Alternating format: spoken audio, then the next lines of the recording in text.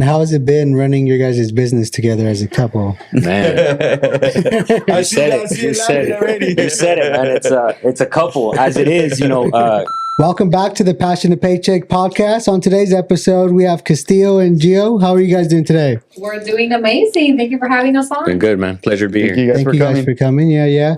So to get started, we'll go ahead and let the audience know a little bit of your guys' background and what you guys are currently working on. Yeah, I come from a trucking background, business owner background, not because I would say family was in it. And that's actually why I became a business owner, because none of my family were doing it outside of my grandfather and my dad. So didn't like the corporate world. Was never really something I adapted to. I had a hard time being told what to do by people that were lazier than you. So that's kind of what got into business. There you go. Yeah, my background, I actually used to sell car insurance. So worked for Freeway Insurance, Cost You Less, Adriana's, Allstate. So nice. Yeah, a little bit of everything. Nice. And how long has this been? So we got into insurance, actual life insurance in 2016. 2016, I sold my entire trucking company, got into it August of 2016, full time. And then it took her a little while to get into the industry. Mm-hmm. Okay. I was kind of negative about business. There you go. Yeah, why is that? Didn't come from business. So was raised by a single mom who worked multiple jobs. So business was like, what the heck is that? So you had to kind of rewire your mindset because you didn't have that mindset. It was a battle. Yeah. And for you, when you started, you said none of your family did it, that you started. So what made you want to start a business aside from nobody was doing it? You know what? It's I see my grandfather do it. So my grandpa came from Mexico, never had a job. He actually has a saying, and he would say it in Spanish. I'll translate it. He said, nunca voy a trabajar con alguien que sea más pendejo que yo. He's never going to work with someone that's dumber than him. Right. And ever since I heard that I was a kid, I said, man, it kind of adapted to me as a kid. So that's why I kind of just wanted to, and I went to the oil fields, did some work there. I had a job when I was younger and never really liked that being told what to do. Like I can take mentorship and leadership. Right. But being told what to do by someone that has less experience than you, that I had a hard time with it. So that's why business attracted me. And you see a lot of that in the oil field. Oh, yeah. Because, my friend is a manager, this and that. Or they start you up here, but you don't really know what's going on in the actual field. I see that a lot. In the oil fields, I had somebody who came in with no experience and just started telling everybody what to do. And it's like half the stuff he wanted us to do was like, it was impossible. Yeah. Like, you can't do that. But it was just, it goes back to it, not really what you do is, or what you know. It's, who you know. So that's kind of what just attracted me into business. Because I said, if I'm going to do it, might as well get into people that are like-minded, that understand the struggle. Because I think that's what business owners go through. They go through a little bit of struggle. Right. So that was our biggest disconnect. Was she comes from seeing a hardworking mom nonstop, which she did amazing, raising them, but never understood the business side, the risk that takes behind it. So it's kind of, I think it was more the risk, the scary part than anything. Yeah. Because it is scary when you make that jump. So when you made that jump, what were some of the struggles that you faced when you first started your trucking company? Man, working nonstop, everything in the books. Now working nonstop, putting in the work and not getting the pay for it. Because for many, many years, day in and day out, you're working 7 days a week. And then you still feel like you're broke. You actually feel more broke than when you working for a job. And then you put in all them hours, you're tired. Exactly. So for many years, it was that stop. And then the mental side of the mindset is like, well, you're putting in the work. You got a business, but you have nothing to show for it. Right. Because you're struggling. It's like it takes so much money out of you. But it's the long-term concept that I was attracted to, realizing that if I do it now, eventually it's going to pay back. Delayed gratification. But growing up in school, we're not taught delayed gratification. Yeah, you gotta learn it. You gotta learn it and go to school, get good grades, and they throw these benefits at you, and before you realize that the benefits are there, but you're still broke. Yeah. So I think that was the struggle. It's just the realizing that you got into something, you're not gonna get paid for it right away, but it's just sticking through with it. But I think a lot of the times people that get into business, they stop at that moment. Right. And they'll never see that gratification because they just quit on the spot too soon. Yeah. When things get too hard, they're like, fuck this. Yeah, I just think it's people's mindset. Because I think people's mindset is like, what I've seen is, I'm going to open a business and I'm going to be rich. Like, okay, I got high hopes for you. Like, that's how it's going to happen. And I think that's the biggest thing. But on her side, it's like she comes from obviously single mom, to now see who she is in business is it's exciting. Wow, yeah. You know, because that gives people hope that can come from. I didn't see business in right away, just because I see my grandfather did it, but I'm the youngest in my generation of the male side, so I got to see the back end stuff. Yeah, right. I seen it with my father. He had a few restaurants. He had a bar. I seen his struggle, and when everything went downhill. So it's like, but people will see that and they kind of get scared. Right. That actually kind of attracted me. Where I'm like, man, that's some risk. Let me try it out. Yeah. So have you always had this kind of mindset as a kid, or is it something that kind of developed over time? I think I've always had it. I'm the youngest of all my brothers and sisters. Like I said, I'm the youngest in my generation when it comes to my cousins. And I think I'm that one in the family that's like that black sheep that says, let me go do something that's very different. And as I got older, the hustle attracted me. But obviously I seen the hustle through my uncles, growing up in the streets, seeing what they were doing, some we'll call it lucrative businesses that people would do. You know what I mean? So you kind of business. Hey, you gotta grind. So I think it attracted me in the business standpoint that is like you can be from nothing to something. My grandfather never worked for anybody. He worked for somebody for 2 days and he was like, I'm done. And then ever since then, he worked for himself and he provided, I think there's 12 or 13 uncles and aunts. So it's like he came here to support them. It's doable. Without having to have experience. He didn't speak English. So it made a big difference. Figure it out. Yeah, you figure it out. So to me, I think it was just, I loved it as a kid, but it just came more exciting. I was always trying to flip something. I'm going to make $1 out of one, I'm going to make two. Out of two, I'll flip four. So that's always been my mindset. Okay. Literally with everything. And you guys were married up at this point when he was doing the business? When we started the business, we had our kids, but but you guys were together. Yeah. So what was when he was doing that? What was your side of you when all that was happening? I think for me, it was more like I've always been big on security. So I think for me, the fear, a little bit scary, the fear of him getting rid of his truck and knowing like, you're doing good. Like, what do you mean? We have 2 kids. We're doing good. I have my job. Like, what do you mean you're going to get rid of your business? Like, what do you mean, right? So I think it was just a fear of like, what if it doesn't work out? But I think his conviction, because he's always been crazy since I met him. It's that's what attracted you. Yeah. Why do you think she's here, man? Come on. That's right. There you go. And I think for me, like, it was just the fact that I know how crazy he is. And I'm like, if he does this, he's going to go all in.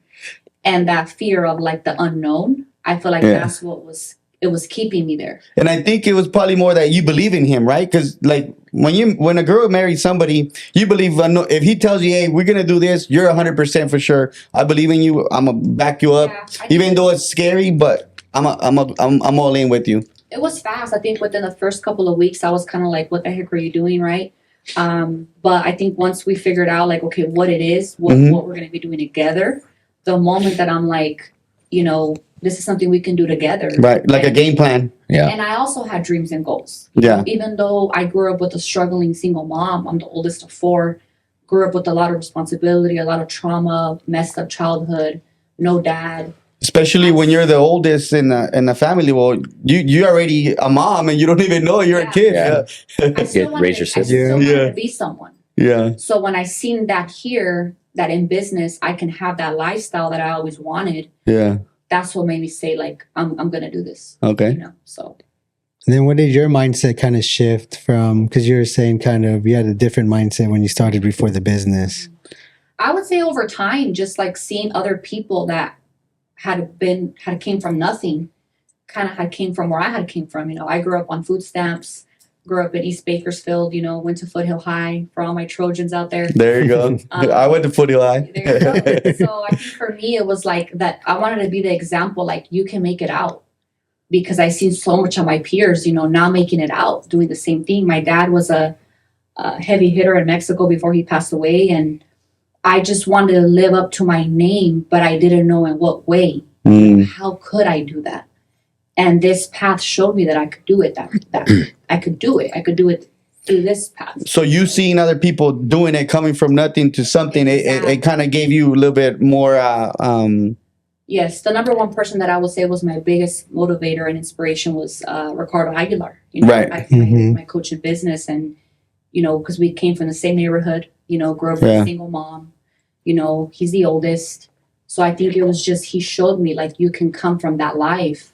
I grew up with Crips. So it's like, Yeah. I seen that life and I'm like, I Right. don't want that for me. I want to get out Right. of here, How can I get out but still have my dignity? Right. And he showed me that this is the route we're going to take. So Perfect. Yeah. And how has it been running your guys' business together as a couple? Man. I You see said that- I it. see You it said laughing it. already. You said it, man. It's a couple as it is. Let's hear a little bit of, because we know we can have both the goods and bads from it. Yeah, you know what? So in the beginning, obviously, when you start business, financially, you put everything you got into it to business, right? Whether it's traveling, time, investing. So it takes a toll in a relationship financially. But so I think the beginning stages was difficult because not only are we trying to figure out life together. At the time, our daughter's 6 months old. I think my son's like 4 years old. So it's like we have a 4-year-old and a 6-month-old. She's juggling her life out with what she had going on with insurance, in her past, in her career. I'm in business, and then I'm transitioning for 2.5 months. I didn't tell her I got rid of my truck. She was just, so I just I was like, where's the truck? she kept like, "Where's your truck?" And I'm like, it's at the shop. It's being custom now. It was a custom. I'm adding all this stuff to it. That's why it's taking a long time. So for much, and she knows I'm crazy like that. So it's like, it was $379 Peterbilt. It was fully custom now. So I'm like, oh, it's easy to just tell her it's getting more work done. Yeah. But what happened was I ended up just making the decision to get out of it. So it's like I jump all in. So in the beginning, it's not easy. You're trying to figure out a relationship. You got your kids. Then you're adding this, oh, now we're in business. And then she finds out there's no more trucks. So it's like, everybody wants security and financial security, especially. So it's been a journey. It's been, but just like we've had the bads, we're blessed to be where we're at today and have the businesses, the investments, and being able to retire my parents. You know what I mean? It's lucrative, but in the beginning it was tough. We ended up losing a home in the beginning, and we ended up moving back in with my parents, and we were young. And it's like, I see our life today, man, and I still have that picture of that room, when we get to go see that room every time that we go visit my parents. But it's like, now it's different. Now we take care of our family and we take care of our legacy. I think that's the part where it's like, in the beginning, it's tough. So yeah, it's been fun, man. It's been a journey. I'll tell you that. From the days that we're like, we got $5 in the bank. How are we gonna make it? Yeah. Flying private to Aruba. It's that story she's talking about. So it's like, to answer your question, it's like, in the beginning, we get to a point where we have $5 left, and we're traveling to Visalia at this point, trying to build our network and empire here. And she's like, we have $5 left. And so in my mindset as a man, it's like, shit, how can I allow to get us there? Right. Into that position. But a part of me as a man too is like, well, it's our job to figure it out. Let's figure it out. So, I've always been a hustler. So to me, I'm like, cool, if I can get this and sell it, make a little bit of money to get us by. And we just did that for a while. You know what I mean? You're not always it's not okay for you to stay in survival mode forever. I know people that are in survival mode for 10 years. It's like, bro, at one point, you got to make a decision. Yeah. But yeah, in the beginning, it was that. So the financial, the uncertainty, the trying to figure out myself, there's a lot of back and forth in a couple, especially in business. It's already hard to be a couple, especially in today's society. Yep. And then you add business on top of that with kids. You could only imagine how it was. I think our biggest battle was just figuring out our roles. Because I think that, being for all my women out there that were raised by a single mom, you become an alpha woman because your mom was that. Kind of you have to, and that's what you know. So when you're with an alpha man that has a vision, like, that doesn't go. Right. One of you has to make the decision to say, like, I got to release that power. Yeah. So I think for me, that was our first 4 years in business. I think in being in business together, that was the battle itself. Wanting to be the one and, being right, or wanting to be the one to lead. So I think also, me relearning how to be a woman, knowing my place, and unlearning everything that my mom taught me, to know, like, that's not the way. Right. To be happy now together almost 14 years. Right. I wouldn't have been able to do that if I would have followed that example. Right. So, the books, the associations, the environment, like, feeding your mindset to be a woman, a high value woman, I think that's key. Right. So for all the women out there that grew up with single moms, that's not an excuse to still be single. Yeah. That's not an excuse to not be able to be with the right man. At some point you got to accept, like, okay, I got to change because my ways are not going to get me the man that I want. And I think that's what's wrong, that they know they don't want to change. So that comes to my next question. What made you change? What was it that you're like, okay, let me give him my feminine energy. Let me step back. Let me let him lead. I think that he earned that. Men earn that with being providers, with being leaders. I think his example in like, okay, there's nothing that he's doing that is not making him a man. Right. So why am I still fighting it? Right. You know what I mean? Like I'm not lacking anything. He's doing his part. Why am I so stuck on wanting to control everything? Yeah. When he's already making it happen. It's not him, it's me. So I think when I looked in the mirror and I went through a spiritual journey and I did a lot of healing, I realized that a lot of it was my past. It was the fact that people that I trusted hurt me. And the fact that he was the closest person to me, I thought he was going to hurt me. So I think that that's what kept me from allowing him to give him full control of the finances. Right. You're in a survival mode and you didn't even know. Yeah. And I'm just like fighting the person that loves you. And it's just like at some point that doesn't work no more. So I think I'm a big believer that hurt people. And until I healed those things, of those parts of me that were hurt, was when I was able to be my full self, truly vulnerable 100%, and let him lead the way and everything. So, yeah, perfect. Then how long have you guys been in the insurance business? Since 2016. So what is that? Going on 9 years? Insurance. And I was from in car insurance previously, but different industry. Yeah. So based on when you started to now, what's one of the biggest changes you guys have seen in the industry? In the industry itself? Yeah. Oh, man. It's the industry. One thing about the insurance industry, a lot of people don't realize that there's a lot of changes. I think with AI in today's world, there's so many, I feel like every industry is going to be changing. But I feel insurance itself, it's such a lucrative business because everybody needs it. One thing is knowing that everybody needs it, and then one thing is people actually realizing it's for them, right? Two totally different concepts. So I think it's just in the 8 years I've been here, it's not what it used to be as far as systems when it comes to the actual companies. Now it's just more about, it's a product that everybody knows they need. I mean, if you look at NFL, NBA, a lot of these guys go into contracts with insurance products already having them. Like it's a mandatory thing because of so many ball players going broke. These guys are looking bad. They're giving these 25-year-olds $1 million contracts and they're broke 10 years later. So they're realizing these products. So I just seen that in this industry, man, people are starting to finally realize what it can do. Whether it's on the profitability side, you become an agent or a broker, or you just decide to get it and you consume it as a consumer and just a client, right? So I feel like it's came a long way in the 8 years we've been here, and it's going to keep growing. I just feel like it's a necessity for everybody that everybody needs. Yeah, I think the consumer, they're starting to come along a little bit easier. Because before it was more like, you got to show them, like, you need this, bro. Like, you need this. Now it's all like, they kind of know a little bit more, right? So they kind of like, where do I sign? I think COVID played a huge role just because a lot of people it opened up a lot of eyes. Yeah. And is it naive to know that there's still people that didn't open their eyes? Of course, it's just human nature. Yeah. But knowing people are like, man, I need this product. I need to own it. Just like we own car insurance and we have everything else has insurance outside of people.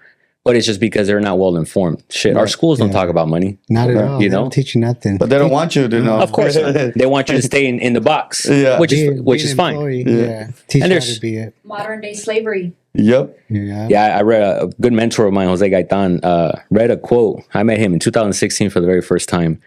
And he read a quote. It's from Thomas Jefferson. Says, "I prefer dangerous freedom or peaceful slavery." And at that moment, when I heard that quote, it really impacted my life because I'm like, you're this business owner, you have this truck and you're self-employed, but you have no freedom. I said, man, I'm a slave to my own business. Yeah. So when I heard that quote, it really that day is the day I sold my truck. I already had a buyer. I just had to pull that trigger and say, hey, you know what? And I text the guy, his name's Howie. And I'm saying, hey, but I'm out. I said, you want to buy the truck? He's like, I'm game. So he cashes me out. We do everything on the spot. And that was the last time I ever looked back into any. Now I've just been, focusing here. Yeah. That quote really impacted. That's a good one. I never heard that one. Yeah. It's by Thomas Jefferson. It's, I believe slavery at one point it was one thing. I feel like today corporate America is a slavery concept. Oh, definitely. And it's unfortunate. Obviously, we were having a conversation that we got to have our workers, and then we got to have those the one percenters that decide, let me do something for myself. Right. There's nothing wrong with being an employee. I was one at one point. I just decided this isn't going to get me to where my goals and my dreams are at, for me, my family, my kids. And I think you have to experience it though. You have to go through the process to be like, what is it for me? Some people try business and they realize this ain't for me. Right. Some people do business and they said, I'm never going back. It just, but they're willing to go through the struggle. Having a job gives you security. But when I heard that quote, I said, peaceful slavery is working paycheck to paycheck. Dangerous freedom is waking up every day knowing that the hustle is up to you. Yeah. And it's a scary thing. Like the Bible says, he who does not work should not eat. So every day you wake up and put in work, we're going to eat good. In the beginning, I mean, Maruchan or something, right? But the beginning sometimes be weeks. China, like, hey, but you have that mindset to where like, okay, I'm gonna do this, but I know it's not gonna be forever. I'm gonna have to cut down on this, cut down on that, but I know it's not gonna be forever because this is my goal. So I gotta figure out how to get here. If this is what it takes, that's what I'm gonna do. Yeah, but I think it goes back to vision. Yeah. Not a lot of people and that have mindset. that vision. And that mindset, because some people are not, like we were talking earlier, they're not willing to do that. Even though you could give them the roadmap. Hey, bro, like, you want to get here? Here, this is all you need to do.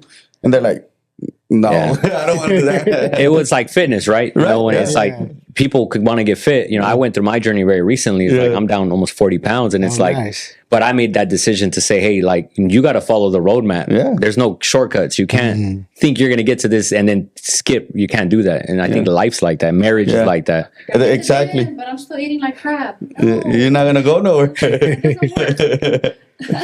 I know a lot of people that do that. And I think it's the satisfaction of yourself to be like, man, I can get discipline of making a decision. One thing is going to the gym, working out, and then knowing on top of that you're eating right. You start seeing the results you've been wanting, fast. And you get them fast. Yeah. But it's like, I'm 34. I made a decision September. Yeah. So I'm talking 34 years of bad habits. Of, Right. Obviously, not throughout my life I was like that. When I worked sports, I was always fit. But you get to a point where business comes priority, and then you start worrying about this. You forget about your health. Yep. And it's, you can have all the money in the world, but if you're unhealthy, you have no standard. Nope. So money doesn't make difference. And I realized that you can't have money, be successful in business, but then you're not healthy. You don't have a standard for yourself. I think we were just talking about that because Rudy used to be a CPA, and he'd always help these people that had millions of dollars, but they're already old, sick, and like they can't enjoy their money. Spending all their money on health, doctors, when they can be out on an island. Exactly. They work, and then they pay for it later. They sacrifice their health now for the money, but then later on they're Putting like, it back into your health. no, it's reversed. Now they're like, fuck, I got to go to a doctor. I'm taking these pills. All these issues they're having. I just feel like society made it okay. Yeah. When you look at commercials, if you look at what the news media commercials, in our industry, we always get asked like, well, how come I haven't heard of these products, or how come I've never heard of these companies? Like, well, because none of these companies are advertising to our people. Right. They have a market. They have people they advertise to, right? When you watch the Super Bowl, it's here around the corner. You see Doritos, Pepsi, all the bad stuff. You don't see Rolex. You're not seeing Lamborghini. You're not seeing because what did it say? I think it was Lamborghini had a slogan that their markets don't watch TV. Don't watch TV, which makes sense, So I think with health, people want the money, but they forget about that. What the most important thing is, and some people, I'm healthy, but I'm broke. You also can't be broke either. Right. Yeah. You gotta find a line. Yeah. So I think it makes a big difference. You can't be handsome and broke either, right? Yeah. It don't work. Hey, I know some guys that have money and did become more handsome to the women. I don't know if they got money, So, but you got to do both. If you have the opportunity, man, and it's like, have good both. I made that decision very recently to become very obsessed with that journey, just because I have a son. He's 12. Oh, nice. Like now I have an example to set not only for my peers and my business partners, my wife especially, but myself and my son, I think is the most important thing. Yeah, not only that, you want to be able to do stuff with him as you guys get older, like you don't want to be like, oh, I can't, I'm hurting, He's a boxer. Active. He's boxing. He's active, 12, he's got energy for days. My daughter's 9, an athlete. You know, so it's like you got to keep up with Yeah. it. I can't can't this say example in business and then Right. be fat and unhealthy. We're like, come on, pops, let's do some boxing, and you're like, oh, I can't.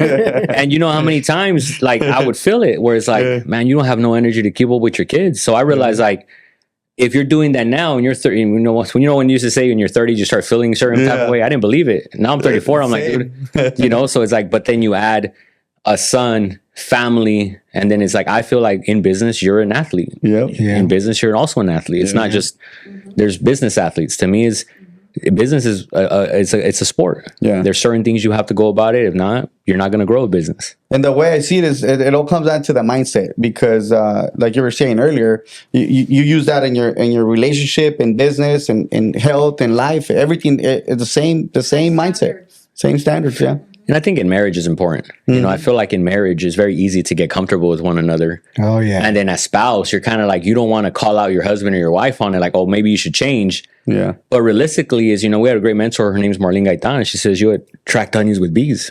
Yeah. And I never understood that. And she says, if you want someone to do something, do it first and eventually they'll follow. Exactly. So I think in, you know, our journey in health is so aligned when it comes to, hey, we have a certain standard for one another, but also for yourself. Yeah. Whereas like a certain way you want to feel and look, I think is important, especially. I think in marriage too, you get so caught up in doing things for the wrong reason. Mm-hmm. Like I've always been big on like, if you can't take care of yourself, how are you going to take care of me? Yeah. If you don't have self-respect That's a big for one. yourself, how are you going to respect me? Yep. If you don't love yourself, how are you going to love me?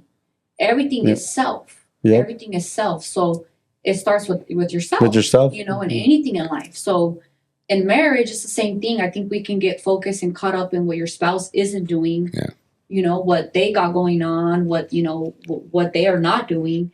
It's like, no, focus on you. You know, what you have to work on for yourself so you could be better. Yep. You know, for your partner. Like it. That's a good one. Then running a business, there comes obviously a lot of stress. What are some things that help you kind of de-stress or manage it? As far as managing the stress. I don't know if I can answer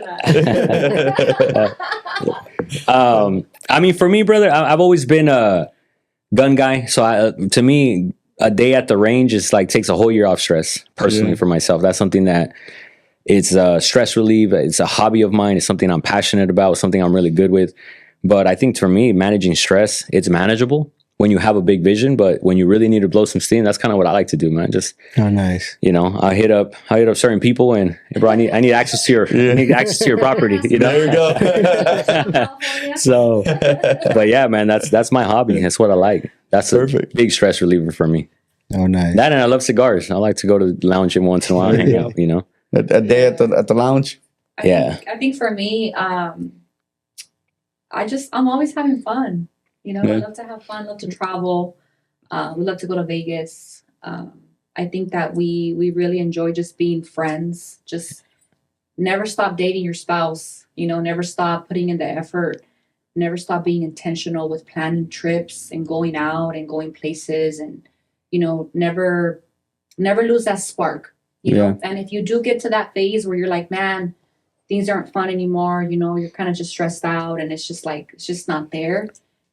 It's time to probably reflect. You know, what effort have I been putting in? I think he's really good at reading me. He's really good at knowing like, okay, we gotta get away. You know. And I think that us being alone and just enjoying each other's company, doing what we love, just being together, I think that helps a lot. That's your distress. That helps a lot. Yeah. Well, in the beginning, it's hard. You can't do that. You're trying to for a long time. trying to build a business. You can't have fun. You know, long hours, no money. I mean, everything is like we ain't going nowhere. We're today. But no, it's you gotta have both, and it's like a lot of people probably hear this like, oh my god, they're so perfect. Don't get no. Oh no, it's never like that. It's you know, it's like you gotta fight. There's gonna be some fights, man. There's gonna be some passion behind that fight, but if there's no passion behind it, then it doesn't matter to you anymore. You know, and I think that's life. When you lose that fire, that spark, it sucks. You kind of live a very lifeless life, and it's very disappointing. You know, I feel like we were not ever made or created to be just casual or mediocre. Right. You know, and I think that's a different conversation, right? But it's it really helps. So you have to. And I think if you both self-develop, you know that person has a different mindset. So that pushes you to be better. you can't be complacent when you know your spouse is growing.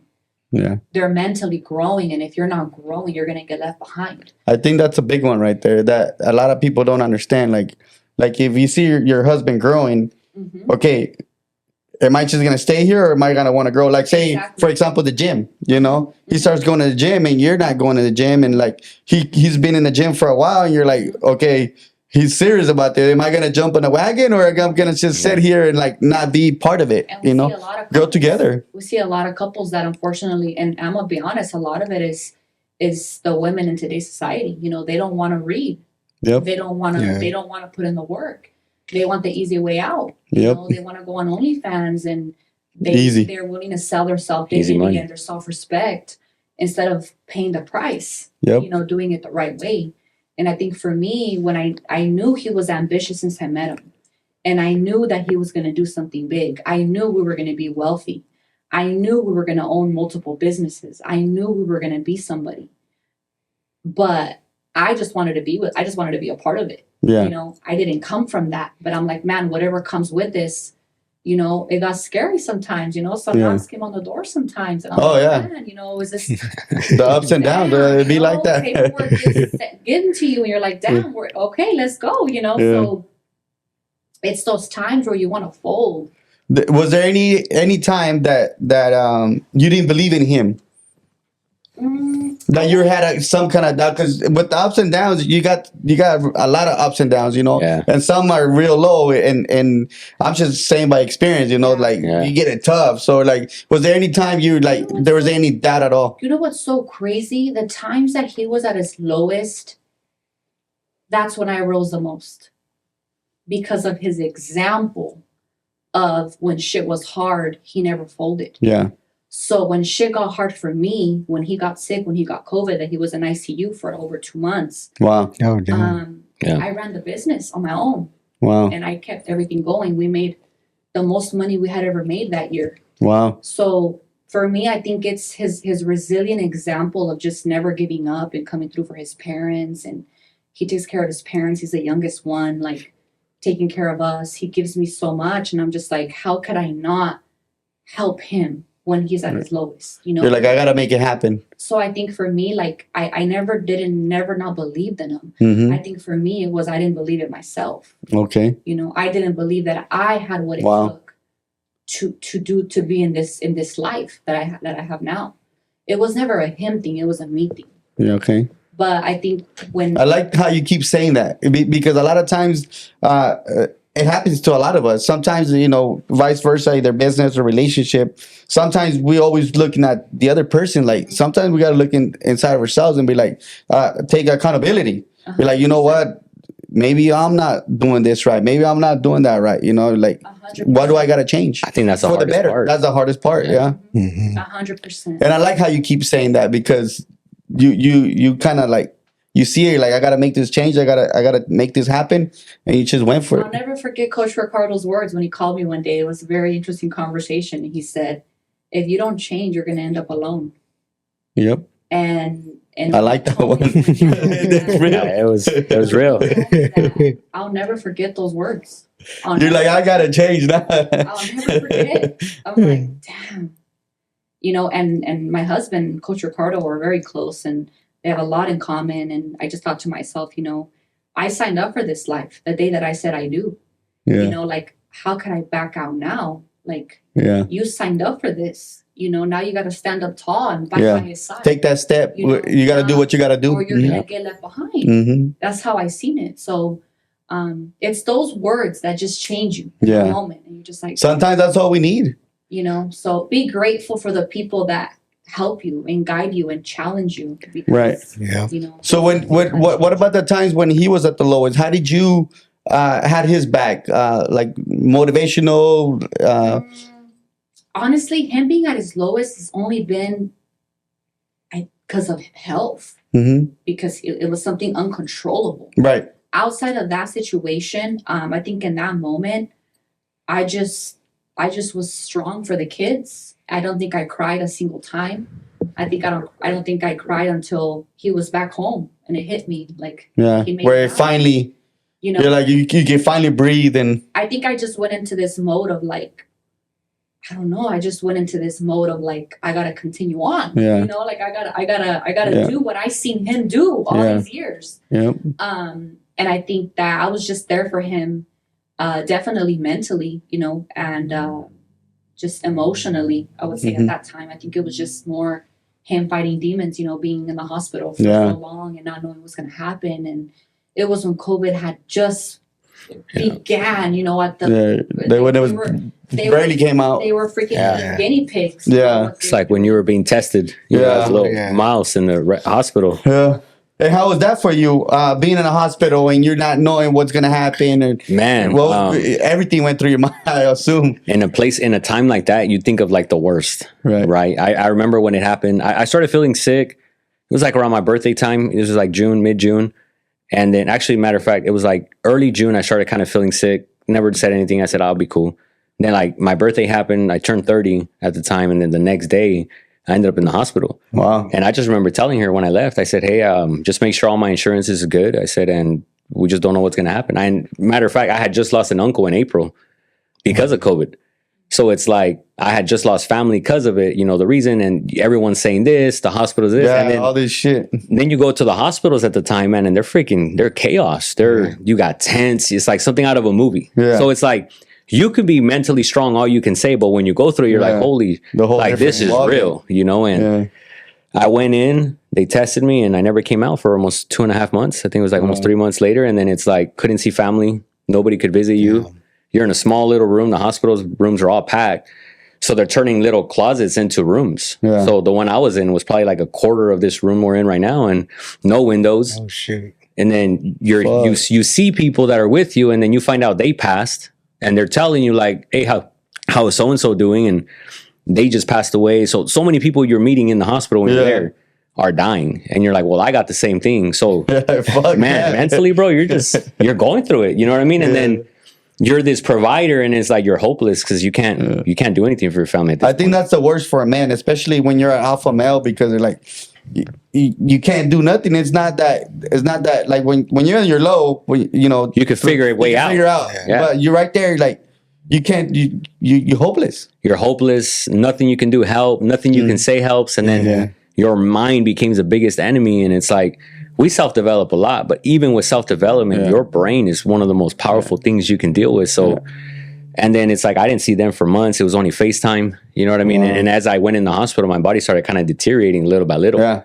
And I remember I was on a call with her on a FaceTime, and it's like, I just remember having a conversation, and I ended up in ICU. And I didn't even realize that was like 2 days later, a day later that we talked, because my whole body just goes into this. Oh, damn. So it's like, you don't know what's going on, and then you don't talk to your wife, you don't see your kids, and it's like doctors are telling you, hey bro, you're not gonna make it.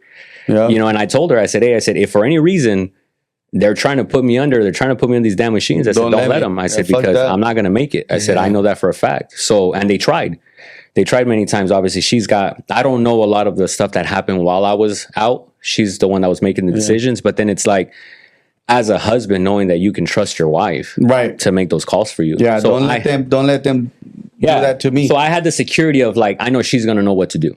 Right.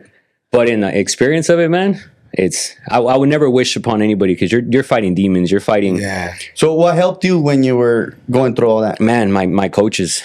I'm so grateful for all my mentors, Patrick, Ricardo. You call them and they just call me every day. You know, Patrick, you know, if you guys ever heard Patrick or David, he would call me every day, 6:30, 7 in the morning. He was every single day. He'd call me every single day. He'd call me.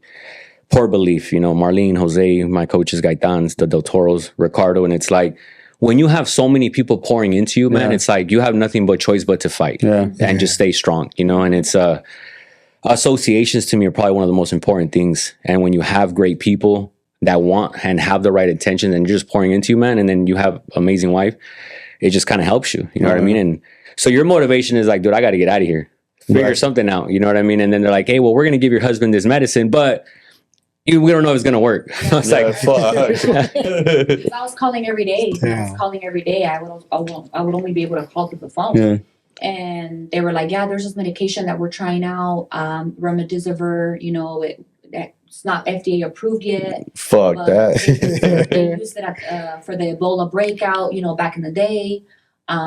or the next step's going to be, you know, we're going to have to put him on the machine. And I said, well, you're not going to put him on the machine. That's not going to happen. Yeah. And I had to make a choice. I just did some research on the medication, and I was like, what do I do? It's either going to save him, or what's the worst that can happen? Yeah. If he reacts to it, you know? So I'm like, you know what? Give it to him. And that, as long as you don't put him under the machine. don't put him on. That's not going to happen. And that medication helped him. Yeah. Wow. Yeah, it came through. But yeah, man, Research. at that time, it's just people. That's what got me through. It wasn't. And you know what? I would tell you this, man. The nurses. I would tell her that if it wasn't for the nurses, and man, I'm so grateful for like if you're nursing and if you do nursing, man, I give it up to you, because I've realized who does what in hospitals, being there for so long, man. And it's like nurses break their backs for their people. And what I mean by people is like their patients. And a lot of times you don't think about it. I didn't think about it. You don't, like that. man. It's like we think the doctors are the ones that save people. No, man. Let's not get something. The doctors The doctor, didn't do you it. only see them for 5 minutes, and every 2-3 days, once a week. Once a day, I would see them for maybe 2 minutes. Yeah. They'd come in, see me, and then that was it. What kept me alive were the nurses. You know, every day, like I had some very humbling experiences in the hospital that it's like really humbled me down, where it's like, hey, man, you're not invincible. You know what I mean? Like, and I do feel, and I believe that everything happens for a reason. And I feel at that time, I was living such a fast-paced life that God was like, I'm going to put this obstacle in front of you. You're going to make it. But for you to realize you need to slow down a little bit. And I don't mean in business. I mean just in life. I was living a very fast. Yeah. And yeah, man, the nurses, my respects. They do some stuff that, I don't, you know, and it's like they do it with passion. They do it with actually wanting to help people. There you go. Yeah. So did it change the outlook you had on life after going through that and you came out? You know what, man? I've had 2 experiences in life. One of them, when I was 17 years old, I got kicked in the head by a horse. Put me in a situation in my life where I had to fight for my life, and then I got put in this situation again. So it's like, you know, if some people always ask me, "Does death scare you?" The death part doesn't scare me because I've already came close to it. You don't realize when you pass. What scares me more is not doing anything in life and not having anything to show for it. Right? That's probably scary. Oh yeah. But I think what it was, it really taught me a lot as a person, where it's like everything, man, you can have all the money in the world. You can be the most successful. You can be the biggest asshole in life. Your life can be taken from one day to the next. And it's not up to you to make that decision. It's God's. And no money in the world can save you. None. Nothing. When it's time, it's time. The uncle I talk about that passed away is like, he was like my father, and he has a extracurricular type of business, you know, way back in the day. And he went through some crazy stuff in his life. But what took his life was a sickness. He goes 30 years of doing these crazy things that he did in life, and then a disease hits him and he passes away. No matter how untouchable you feel, it can be taken from one day to the next. So I think those experiences really just taught me where it's like, hey, it's not up to you what you want to do in life. You know, you have a maker, and I believe everybody has a time, but I also believe times will be put in front of you to kind of just remind you a little bit of who's in control, you know? So I think it makes a big difference. I think that's also, to add to that, I think that's the power of having the right wife. Yeah. Because the right wife will always keep you grounded. Yeah. Right. And the right wife will always remind you that you're not invincible, and that, you know, you may be killing it in business, making money, but it's very easy to lose sight of your vision and to get distracted. And I know you were asking me earlier if about him being at his lowest points, not so much being at his lowest points, but there has been times where, you know, we can lose sight of where we're going. Yeah. And you have to be that rock to remind your husband, like, hey, you know, your vision. Yeah. There's our goal. We have to get back. Yeah. We can't get distracted. Yeah. We got to stay focused. I think that's the power also of having the right spouse to keep you grounded in your feet, to keep you humble, to remind you that, you know, it's not where we're at, it's where we're going, and we gotta keep going. Yeah. You know, don't lose sight of where we're going. So I think that's also important. I like that. That's a good one. It teaches you a lesson, man. And you could either learn it. I know a lot of people that have been through so much, they're just kind of like, they've changed their life. And then there's people that just keep doing the same thing, and they blame the world. It's like, well, you don't learn that. It's the same cycle, you know. So to me, it's like being there just really humbled me, man. Yeah. Knowing that it's you can take control of your life and you can help. At the time, I probably wasn't the lightest in my life, so it's like it played a role, right? I was overweight. So it taught me a lot, you know what I mean? And but still to this day, it's like you can forget about it. Now I'm like, okay, man, I'm 35, about to be 35 years old. Like I got to be really strict with my health, with what I eat. You know, I went through this journey very recently. I'm 13 weeks in it, you know what I mean? But it's like, that's awesome. I'm committed to it. You know, I'm down 40 pounds and it's like, but not just, it's like you feel good, man. And it gives you a little bit of moral authority, you know what I mean? Where it's like, it kind of gives you a little bit of different, and then you gain respect from more people too. Yeah. Oh yeah, The discipline. The discipline part. I think they asked Tristan Tate, what's the best looking suit on a man? He said, if you're fit, any suit looks good. Yeah, it does. Anything you wear looks good on you, man. That is true. Or like they say that any shirt, you know, Without a shirt. Without a shirt, yeah, there you go. He always tells me it's funny because we laugh when we say, "Man, one day when we have our Lambo, we're gonna drive it without a shirt on." Yeah, that's what I was saying. I ain't gonna own one shirt, you know, but exactly. You don't need a shirt. You don't need a shirt. But it can be cold if you drive. It's the discipline part, man. It's like it's they respect that. I think people respect that because they know how hard it is to be able to the discipline. Not just going to the gym. That's 50%.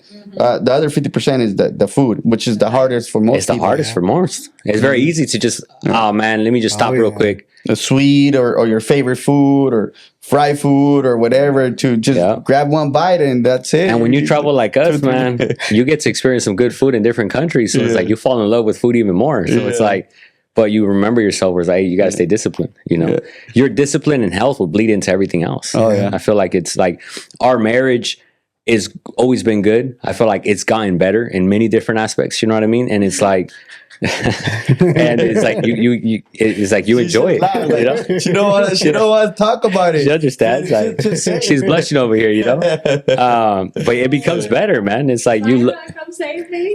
you love life. You love life, but it's exciting, man. It's but you know what it is, man. Associations are big.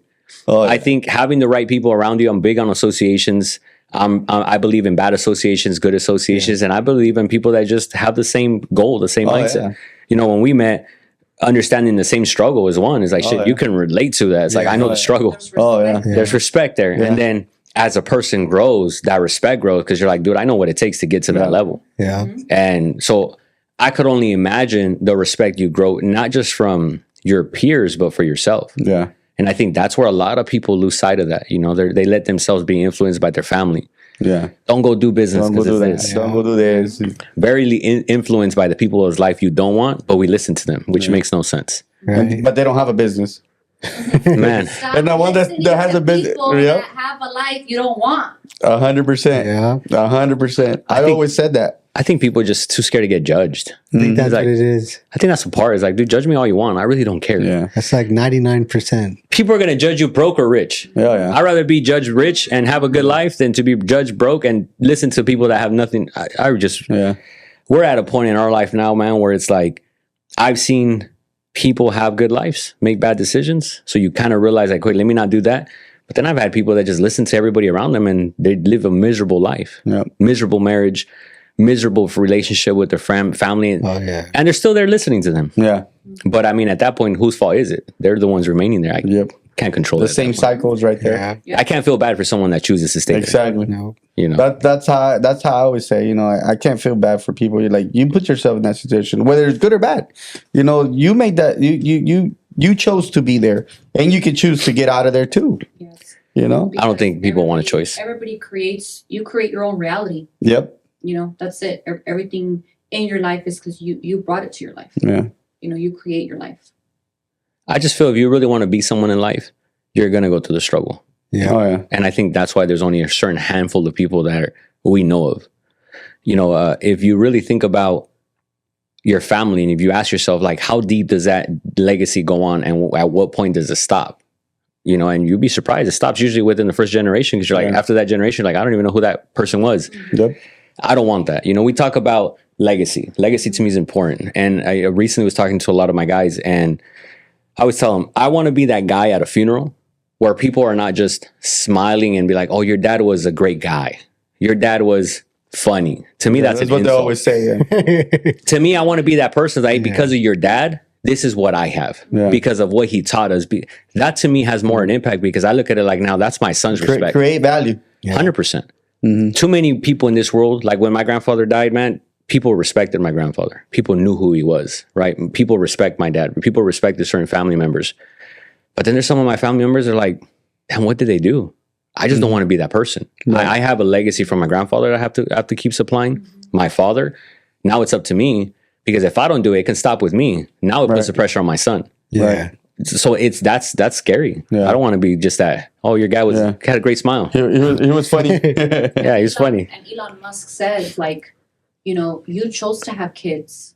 You know, you owe your kids everything. They don't owe you anything. Right. So it's like, I heard that one. I see too many parents caught up in, you know, I don't want to do this, I don't want to do that. It's because of my kids. And I'm like, you do realize that your kids are going to pay the consequences of you not taking action. Exactly. Yep. You know, if we don't pay the price, they're going to pay the price.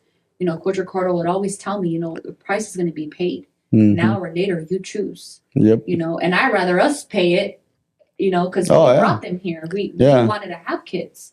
So, you know, we owe it to give everything, do everything for them. Not only that, you want them to do better than you too. So they're gonna take it to the next level, and they're gonna overdo you in every aspect in life at a younger age. But I think you have to set the standard. Exactly. Yep. If you set no standard, they have no standard. I feel like people see us with our kids, you know, and it's like my son, he read about 18 books in the last 12 months, right? Nice. And we're talking like business books, the books that we read, he reads. Jim Rohn. The mindset. The mindsets, you know. So it's like when his teachers, because they're homeschooled now. I don't agree in the whole public schooling thing. You know, so our kids are fully homeschooled. Defund the public school system. I don't. I agree. It's man, we can go on days about that conversation. It's a whole And, kind of worms. But it's the standard part. Yeah. Like my son now knows, it's like, hey, every Tuesday we have a meeting, every Saturday we have a meeting, and you got to be there. And there's no excuses about it. You know. But it's if parents don't set the standard, our kids follow our footprints, whether it's good or bad. We just have to realize, like, man, I got to get better because they're the only ones left.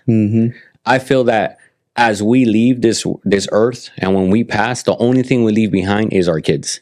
And it depends on what standard you set with them, because that's what's left to society. And I feel like that's what's going on with society in today's world, man. Yeah. I think too many weak men are being created in this world. Strong women are being created out of just spite and concepts of mindset, not really because it's really what it is. Right. And it starts with our kids. I feel like if we don't change our kids, and that's why to me this public schooling thing, I'm fully against. I just don't. It doesn't make any sense. You know, it's scary because that's America. You know, it's like, I'm Mexican and I'm proud of it, but I live in the country of America. And if we don't leave strong kids here behind, who knows what this country is going to be like? We're not going to suffer the consequence. It's going to be the generations to come. Kids, So I think it's a very, very different concept. Yeah, much different, because they teach the kids a certain way, they indoctrinate them, program them, because the kids are in school more than they're with their parents. So He says it all the time. He says it's modern day slavery. What they're doing to these kids in the public school system. You know, it says slaves back in the day, they used to give them food and water and a home, right? Now you work for food and water in the home. And you're paying it. You're paying food and water. It's the concept. They're preparing them for modern day slavery, and we refuse to be a part of that. I don't. To me, it's not something in my household that we talk about. It's not. I'm very transparent with our kids, with our daughter, about what life should be. We're very transparent with her on how a woman should be with the man. That there's God first, then it's your spouse, then it's your kids. I feel like in today's world, a lot of people are like, it's my kids before my spouse. It's like, if that's what you think, then you're breaking God's I've rules. always said that. You know, and then but a lot of people don't want to face the reality. It's the truth. That's the truth. Hey, God made it that way. You want to go against it, then, you know, that's on you. But it's scary because in today's world, man, that's kind of what I feel like in schooling. That's what's just being taught. Oh, yeah. Is do this, and this the right way. It's like, that's not the right way. That's how you're telling me it is. But I think too many parents, I think that's the important part. You need to make money in this world to be able to give your kids a better life. You don't make money, your kids suffer the consequence. They're in that we grew up in public schooling, but I'm 35. Our public school is not what it used to be today. Way different. I love public school back in the day. Today, it's different. We were still being programmed, but not as much as they do now, though. Yeah, nothing was really being pushed on us. They're like, kind of like, they were just kind of dealing with us. Even though I was never there, I was gone. Always ditch you. You'd always ditch you. Yeah. But that's why they didn't program me. Are you under the bleachers too? Yep. It's that foothill. Is that foothill? Yeah, man. But I think it's good when parents can really see reality. And I feel like America's waking up. I think after the last 4 years that we had in this country, man, I think people were like, damn, like, A lot of people are a waking lot up. of people are waking up. Exciting next 4 years. Yeah. We've said it, these next 4 years, man, we got to make a lot of wealth. We got to Oh, take yeah. opportunity of everything we got. Yeah. Maybe the last time. This is gonna be the last 4 years Maybe because the after last that, 4 years. either you made it or 2028. yeah, no more middle class. Yeah, I agree. But it's important, man. I think making money, I think, in our family, when you get into insurance, especially life insurance industry, a lot of people would say, man, you're being brainwashed. What they don't realize is that we were already brainwashed. Yeah. We're just being unbrainwashed and seeing reality. Yeah. And it's not because it's I the like that. insurance. That's It's good. it's the people that are teaching us these things Yep. have a different mindset. Mhm. And there's a reason why they fall under the 1% of America. And I think that's the craziest thing. Like we were having a conversation, I was talking to a guy and he's like, man, I only make 180,000. I said, bro, you're 20 years old. So you tell me what 20-year-old makes $180,000. So you can't compare yourself to us that we've been in the journey longer. Yeah. But if they really think about it, 180,000 for a 20, 21-year-old, 22-year-old. That's a lot of money. That's a lot of money, man. Yeah. Like they fall under the 0.01% in their bracket. Yeah. So I think it's just the mindset part. Yeah. It's so funny. My parents, they're old school. And sometimes my mom was like, Mijo, that's a lot of money. I'm like, $400. But it's like, it reminds me, it's like, they don't, Yeah. to them, $2,500 Yeah. is a lot. Yeah. And it just to show you that it's like, our parents did what they could to give us our life that we had. And I'm freaking blessed for everything my father did. Hardworking man, always worked, always hustled. He got sick in early 2000s that I had to start working at 12 years old. My mom started working. She was a homemaker for a very long time. He got sick. So I seen the strong woman side of my mom where it's like, hey, my husband's down. Now it's time for me to hold it in. So when I seen my wife do that for me in 2020, when I went out, that she stepped up, it was like a whole different level of respect. You know what I mean? Because a lot of women are easily influenced, but a strong woman is not, a Right. powerful woman. And I feel like that's kind of where my wife's at, you know what I mean? Where I seen her just kind of step up in So it life. brought you guys a lot closer. Oh yeah, man. yeah. It's Different. and I feel like Journey. you said, what's something you learn? I feel like that's the biggest thing that really taught me a lot about who I was with. Because at the time, I think I was taking her for granted. So God was like, let me show you real quick. Let me put you on hold. Let me show you what kind of wife you got. Yeah. And I think that's kind of what my lesson was out of that. I really learned how to respect her a lot more in business life, just in general, Nice. Not saying that I've ever disrespected her, but Right. we take things for granted. Yeah. I took life for granted and I took my wife for granted. And I think that's what God was trying to tell me. It's like, hey, let Open me up show your you. eyes. Yeah. Mhm. Yeah, life lesson. And I think if you're, for all my women out there, all my wives, if you're with a man's not perfect. A man's going to make mistakes. We're beyond perfect. And I think that, you have to outweigh the odds. Like, is he worth it? Because every man's going to fuck up. Oh yeah. Every man's going to make mistakes. Oh, yeah. Every man's going to hurt you. It's part of life. Yeah. But it's like, is he worth it? Is he worth Is it? he You're worth willing to Yeah. to go through that Is he heat, the worth- fire. Is he worth still working on it? Is he worth, okay, you fucked up? All right, because some men are not. Mm-hmm. I just happen to be with one that was. Right. But if it would have been a different story, maybe it wouldn't have worked out that way. Yeah. So for all my women, analyze that, because sometimes I think women are very emotional. And we can get caught up with, oh, he did this, he did that, oh, he looked at her, all this and that. And then go tell her friend or her friend. It's him and this and that. And it's like, sometimes you gotta stop in your tracks, is he worth it? Yeah. If he is, then chill out. Yeah. I like that. Forgive. That's a good one. Have grace. I think people want perfection. Yeah. It's like, man, ain't that don't nobody make is sense. perfect. Nobody's perfect. I think improving is a good step. I think that's a big one. If vice versa, you guys not getting along, whatever, fights, whatever, but you see the significant other doing some kind of improvement, whether if it's small or big, it doesn't matter. But you see, okay, he's changing, she's changing. Okay, maybe, and then same goes back to the mindset, if it's worth it. You know what I mean? Yeah. So you'd be like, okay, so let me change too. Let me have his back. Let me have her back. And I think now in the society that we live in, that, OnlyFans is so accessible to the men out there that are lonely, and, Instagram and TikTok, and, my advice for the Social media. to the women in today's society that are married, I would say, don't lose that spark with your spouse, in your sexual life. Mm-hmm. Because I think that that's one area that women, we get so caught up in why they're looking at that, why they're putting energy to that, money to that. but it's like, what are you doing to keep him looking over here? Right. You know, and I think that that's something that I had to learn, you know, is there has to be effort in that department. Right. Because men are visual creatures, and if you're not going to do it, they're going to look for it somewhere else. Yep. And it's not emotional tied to it. It's just, that's just how men are. Yeah. Mm-hmm. So, you know, if you want to keep your man here and the focus and energy here, then you have to give him that too, so that he doesn't have to go elsewhere. Right. You know, especially in today's world where it is so accessible. It's easy. Yeah. It's so easy now, Very you know, easy. and I think that we can get caught up in not putting in the effort, not putting in the work, not working out, you know, where I see a lot of women not working out, Yeah. not eating right, not taking care of their health, Yeah. not taking care of, not drinking vitamins. But what does that tell about a Not- person, though? not Like you were saying earlier, Just, they don't respect themselves. So you know, so I would say that to the girls, you know, like put effort, you know, look good, put an effort with your spouse. That way you don't, when you're so confident in what you bring to the table and who you are in every aspect, you no longer worry Yep. at what they're looking at. Mhm. That doesn't waver you because you know your 100%. worth.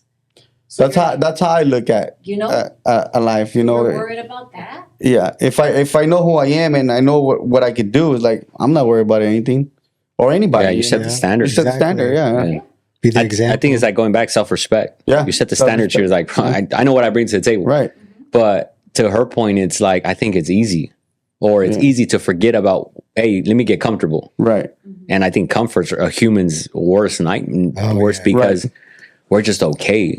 Yeah. I'm okay with my job and being okay, not being stressed out. But it's like, yeah, but then you're not stressed out financially, but then you're also miserable because then you're living at a means that you shouldn't be living, you Right. know? And I think that's kind of where people get the bad stigma of money, where it's like, oh, money's bad. It's like, man, I know people that have money that are good, and I know people that are bad that have money. Yeah. That doesn't define you. It defines you as who you are. What's your identity as a person? I think I always said money brings out the real you. Yeah, it If you're does. an asshole, you're gonna be a bigger asshole. You know what I mean? Yeah. I think that's really what it does. It really brings out who you really are. So, like you said, yeah, it just depends on the person. There's people with money they're bad, and there's people with money they're good. And what's crazy is like people, you know, in our family, we get this stigma. Like I don't talk to a lot of my family, man. Since I started this insurance thing and I got into life insurance, like our family's like, When you start making money, it's funny how that happens. it's crazy, dude. But it's like, but then they're hitting you up when they want a loan. It's like, That's what I was gonna say next. it's like, bro, you didn't even support me. You wanted like now you want my support. But I I can't. always believed in you. It's like, and it's happened to And me. then you got lucky. Yeah, and it's happened. Like they weren't there to the struggle. Yeah. They weren't there to put like when you were trying to quit on your They're life. trying to pull you down. You know, so it's like no. Now it's all you care about is money. Yeah. Yeah, and then you get a text where it's like, I need money. Yeah. it's like, bro, you weren't even there when we struggled. Yeah. You know, I truly believe that if you're not there with me when I'm going through it, Yeah. then you're not going to be with me when I got it. And it's not even financially, it's about the And moral support. support. Yeah, you know what I mean? Like Yeah. instead of them 100. like, yeah, it's gonna work out, they're pulling you back down. Oh, it's never gonna work out. You know, Yeah. and that's what we're talking about. It's like when we got into the insurance industry, you know, obviously I don't come from experience. I come from sales, but not insurance sales, Right. right? And it's like when you ask for help, they can't even give you a time or a day. Just be like, let me help you out. Just hear me out. Like Yeah. that's respect. You know what I Yeah. mean? Yeah. But then it's like those are the same people that judge you when you're making it, and all of a sudden You change. you're changed. And it's like, no, I'm the same person. You just, you know, You think you're all that? it's like if you think about when you started your business and who supported you and who didn't. And then it's like all of a sudden, it's like now all of a sudden you want my support. It just doesn't work like that, you know? And it's like with my parents, man, it's like they were with us when we had nothing. Like they supported us, helped us. So it's like to us now, why would we not give them the life that they have today? You know, it's like I don't ask my brothers for anything, right? And I love my brothers and my sisters, and I admire for what they did in my life. You know, I'm the youngest, and the things that they've helped me. But it's like I had to do what I had to do to help our parents. And it's like I truly believe we don't owe anything to our parents. They always, you know, they brought us to this world, but my dad's 60. You want to take care of them. Yeah, 67. My mom's 62. It's like, dude, if I can just give my parents 10 more years of actual living, Oh yeah. why not do that? Yeah. You know, they think raised me for 34 years. That's the best thing you could do. Like I retired my mom 10 years ago, and nobody really knows, you know. But I did it like that was like in my bucket list. Like like she don't have to work. She ain't worked in over 10, 12 years, and like amazing, man. Yeah, and that's really like That's more makes me prideful feel- than that nice car. exactly. Oh, way exactly. Yeah. Exactly. And I see people like what you just said. They go buy a new car, but their parents still struggling. working. It's still working. You know, late nights, weekends, and like they're flashing a brand new car. Like their payment's $2,000 when it's like, well, that's $2,000 you're gonna give your parents to help them out. Exactly. You know what I mean? Yeah. And I think it goes back down to that, man. Like I respect people that you don't need the luxury life to show what you have. You know what I mean? I know people that are millionaires and when you look at them, humble, you couldn't even tell. Yeah. Then I know guys that are millionaires that like to flash it. Yeah. Both of them are not bad. I like flash too. I like nice watches. You know, I think that's where guns and watches is like my thing, right? But it's like, but knowing that your family has a security, your parents are taken care of, your wife's taken care of, your kids are taken care of. To me, that gives me stability. You know, and makes you feel good. Yeah, knowing that you retired your mom, that's freaking awesome. You know what I mean? It's like it's a big. To some people, it's a big accomplishment. That's other people, that's the biggest accomplishment ever. Like to feel proud of. Yeah, and to some people, it's different. Like for example, my wife relationship is a little bit different with her parents, with her mom. But it's like you got to have something to do. To her, it's her kids. You know what I mean? I went through some serious health issues, and it felt good to be like, Mom, I got the bill. Yeah. You know, $10,000 bill, like I got it. Yeah. You know, don't worry about it. Take that stress away from her. 100%. You're already dealing with this. Don't worry about the bill. And my mom's not retired because my mom loves to work. Yeah. And some people love to work. And not wrong with that. She's not working outside. You know, she's working in the office. So keep them busy too. To me, it's like you love doing what you're doing. My mom's always been very independent, very hardworking. So, but if I've been able to help her out, you know, when she's needed it due to health issues, and you know, so that I think the sexiest part to hear is when your wife just tells her parents, like, I got it. Like, to me, that's sexy for your wife. Some men take offense and it's like, why didn't you ask me? It's like, bro, she helped you build an empire. Yeah. She shouldn't have to be asking you. No. To me, the word permission in relationships fucking off. Yeah. Like, let me ask for permission. For something like that. It makes no sense. You know, in our industry, we deal with a lot of guys like, I need to talk to my wife first. I'm like, I've heard that when they say that. I'm like, who wears the pants in the relationship? To me, I'm just like, you gotta ask your wife for permission. Like, that's how I take it. Yeah. You know what I mean? Some guys don't like it. They're like, well, out of respect. No, bro. It's different. It's different. One thing is respect, and then one thing is having to ask for permission. Those are two different concepts. Two different concepts. I don't think a lot of men like to have that conversation, but I've never understood it. They're like, oh, I gotta pray on it. Pray on what? Like to make a decision to get a better life, or to I never understood it, just because to me, I've done some crazy decisions that I'll tell her about afterward. Yeah. She's at a point where she's like, anytime I say, what'd you do now? I have an idea. She's like, shit, like that idea already happened. Happened. You know, but What'd you do? I think that's what's wrong with society, man. Yeah. I hear too many men. Females. Too many men, they act like females. It's horrible. I don't understand it. The moment they thought that they can have kids, I knew something was wrong. It's bad, man. I knew we were headed very It's just, I don't understand it. I'm in sales, we do insurance, and I got to talk to my wife. And to me, life insurance is like, you have to ask your wife if it's okay to pay $100 a month for you to protect them.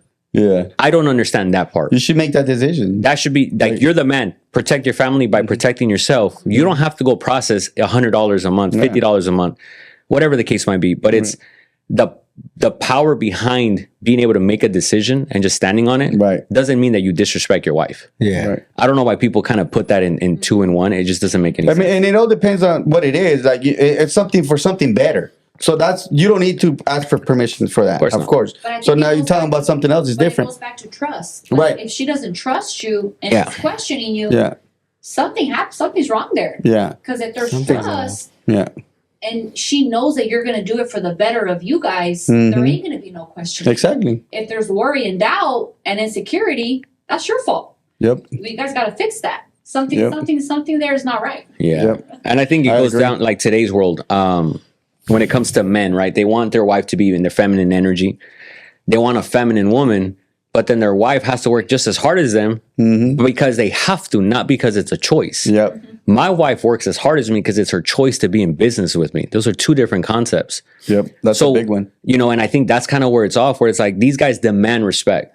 I want my wife to respect me. Bro, you don't do anything for your wife to respect you. Yeah. It's like you're not doing anything to elevate the game. You're not even a man. And I think that's just society's kind of crazy right now. Yeah. And I feel like weak men are very powerful. And what I mean by that is that there's more of them than there is actual men that are willing to go against the everybody else. And it's hard even for the men out there, man, because I see these girls just out there just with the wrong intentions, just wrong mindset. And I'm like, these men that are actual men, that actually are good men, that have everything to offer a girl, it's hard to find a girl out there that's really for you, Yeah. you know, not for what you have, not for what you can offer her, not for what bag you can buy her, not for what trip Right. you can take her on, Mhm. but like actually for you. Like, it's hard to, Yeah. you know, I see both perspectives, Yeah. you know, And I think that has to do with social media a lot. Yeah. Oh yeah, I was just social thinking media. the same and thing. OnlyFans. Social media is crazy. Yeah, it makes the image of these people are perfect or this person Yeah. has That's this. why I want They have all that. these, that's they why have I'm all- I want this, I 100% want against that. TikTok. Yeah. Yeah, Because, I think it's just it's okay to show people you're human.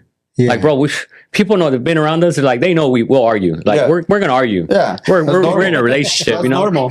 I call it passionate You know, debates. we got passionate debates, and I feel like social media makes everything like you see these people that are successful and on TikTok or social media, they look perfect, But then not in real life. Then all of a sudden, there's this craziness that comes out in the news about them, and it's like, what the hell? But it's like, why can't I've you seen just that. keep it real? I've seen that where they committed suicide. Yeah, dude, and They killed one another or whatever, and they're like, oh, but they were so perfect. Yeah, but it's a show. It's all a show. a lie. Yeah. to gain Or followers. they have Yeah. all this For the money. followers. They don't have no money. Yeah. It's all a lie. It's like be real and get followers by you being you. Those Yeah. that are gonna like you are gonna like you. Those that don't like Yeah. you, it is what it is. There's Yeah. millions of people in this world. I don't need everybody to like me. Yeah, exactly. There's Being plenty of people. authentic, Yeah. There's plenty of people that don't like But us you when know we what they talk. say? If everybody likes you, you're doing There's an something issue. wrong. You're doing something wrong. Yeah, I heard they Too said- mu- They said at this event, they said, if all your team hates you, you're an asshole. If all your team loves you, well, you're not a leader. But if 50% of your team hate you and 50% of your team love you, you're a leader. You're making it happen. You know, you can't fulfill everybody. Yeah. No.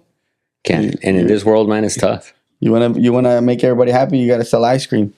Even at that, they don't even like a certain flavor, Ain't that the truth? Go work at Rite Aid, bro. Do something. Nothing against people that work there, but it's just you can't please everybody, man. Yeah. No. And in a relationship, you can't always please it too. Like you also got to be okay with be like, Yeah. no, we're not doing that. Give and like, take. You know, it's got to give and take. Yeah. You know, it's like I feel like too many men in today's world are scared to tell their wives no for the right reasons. You know, and I feel like women also don't know how to take it. You know, but Right. when you meet a woman that could understand that, but I think what it is, finding a woman that can build something from ground up with you is different. It's hard and A different. lot of people see my wife and she'll get this social media things like, oh, you just love to. Get a It's lot like of hate. they get a lot of hate. You know, it's like when I bought her G-Wagon last year for her birthday, people were like, oh, you're just doing that to show off. It's like, no, bro, you don't realize she went through. And someone recently asked me, they said, happy wife, happy life. I said, no, bro. I said, to me, it's not the happy wife. It's just she went through me when I had nothing. She deserves to have everything. She you earned know? it. Yeah. She earned it. Mhm. And I feel like a lot of women want to have everything when they didn't earn it. Right. And then you become the bad guy, Yep. Yeah. you know? So society, social like media is that crazy. a lot. I agree 100%.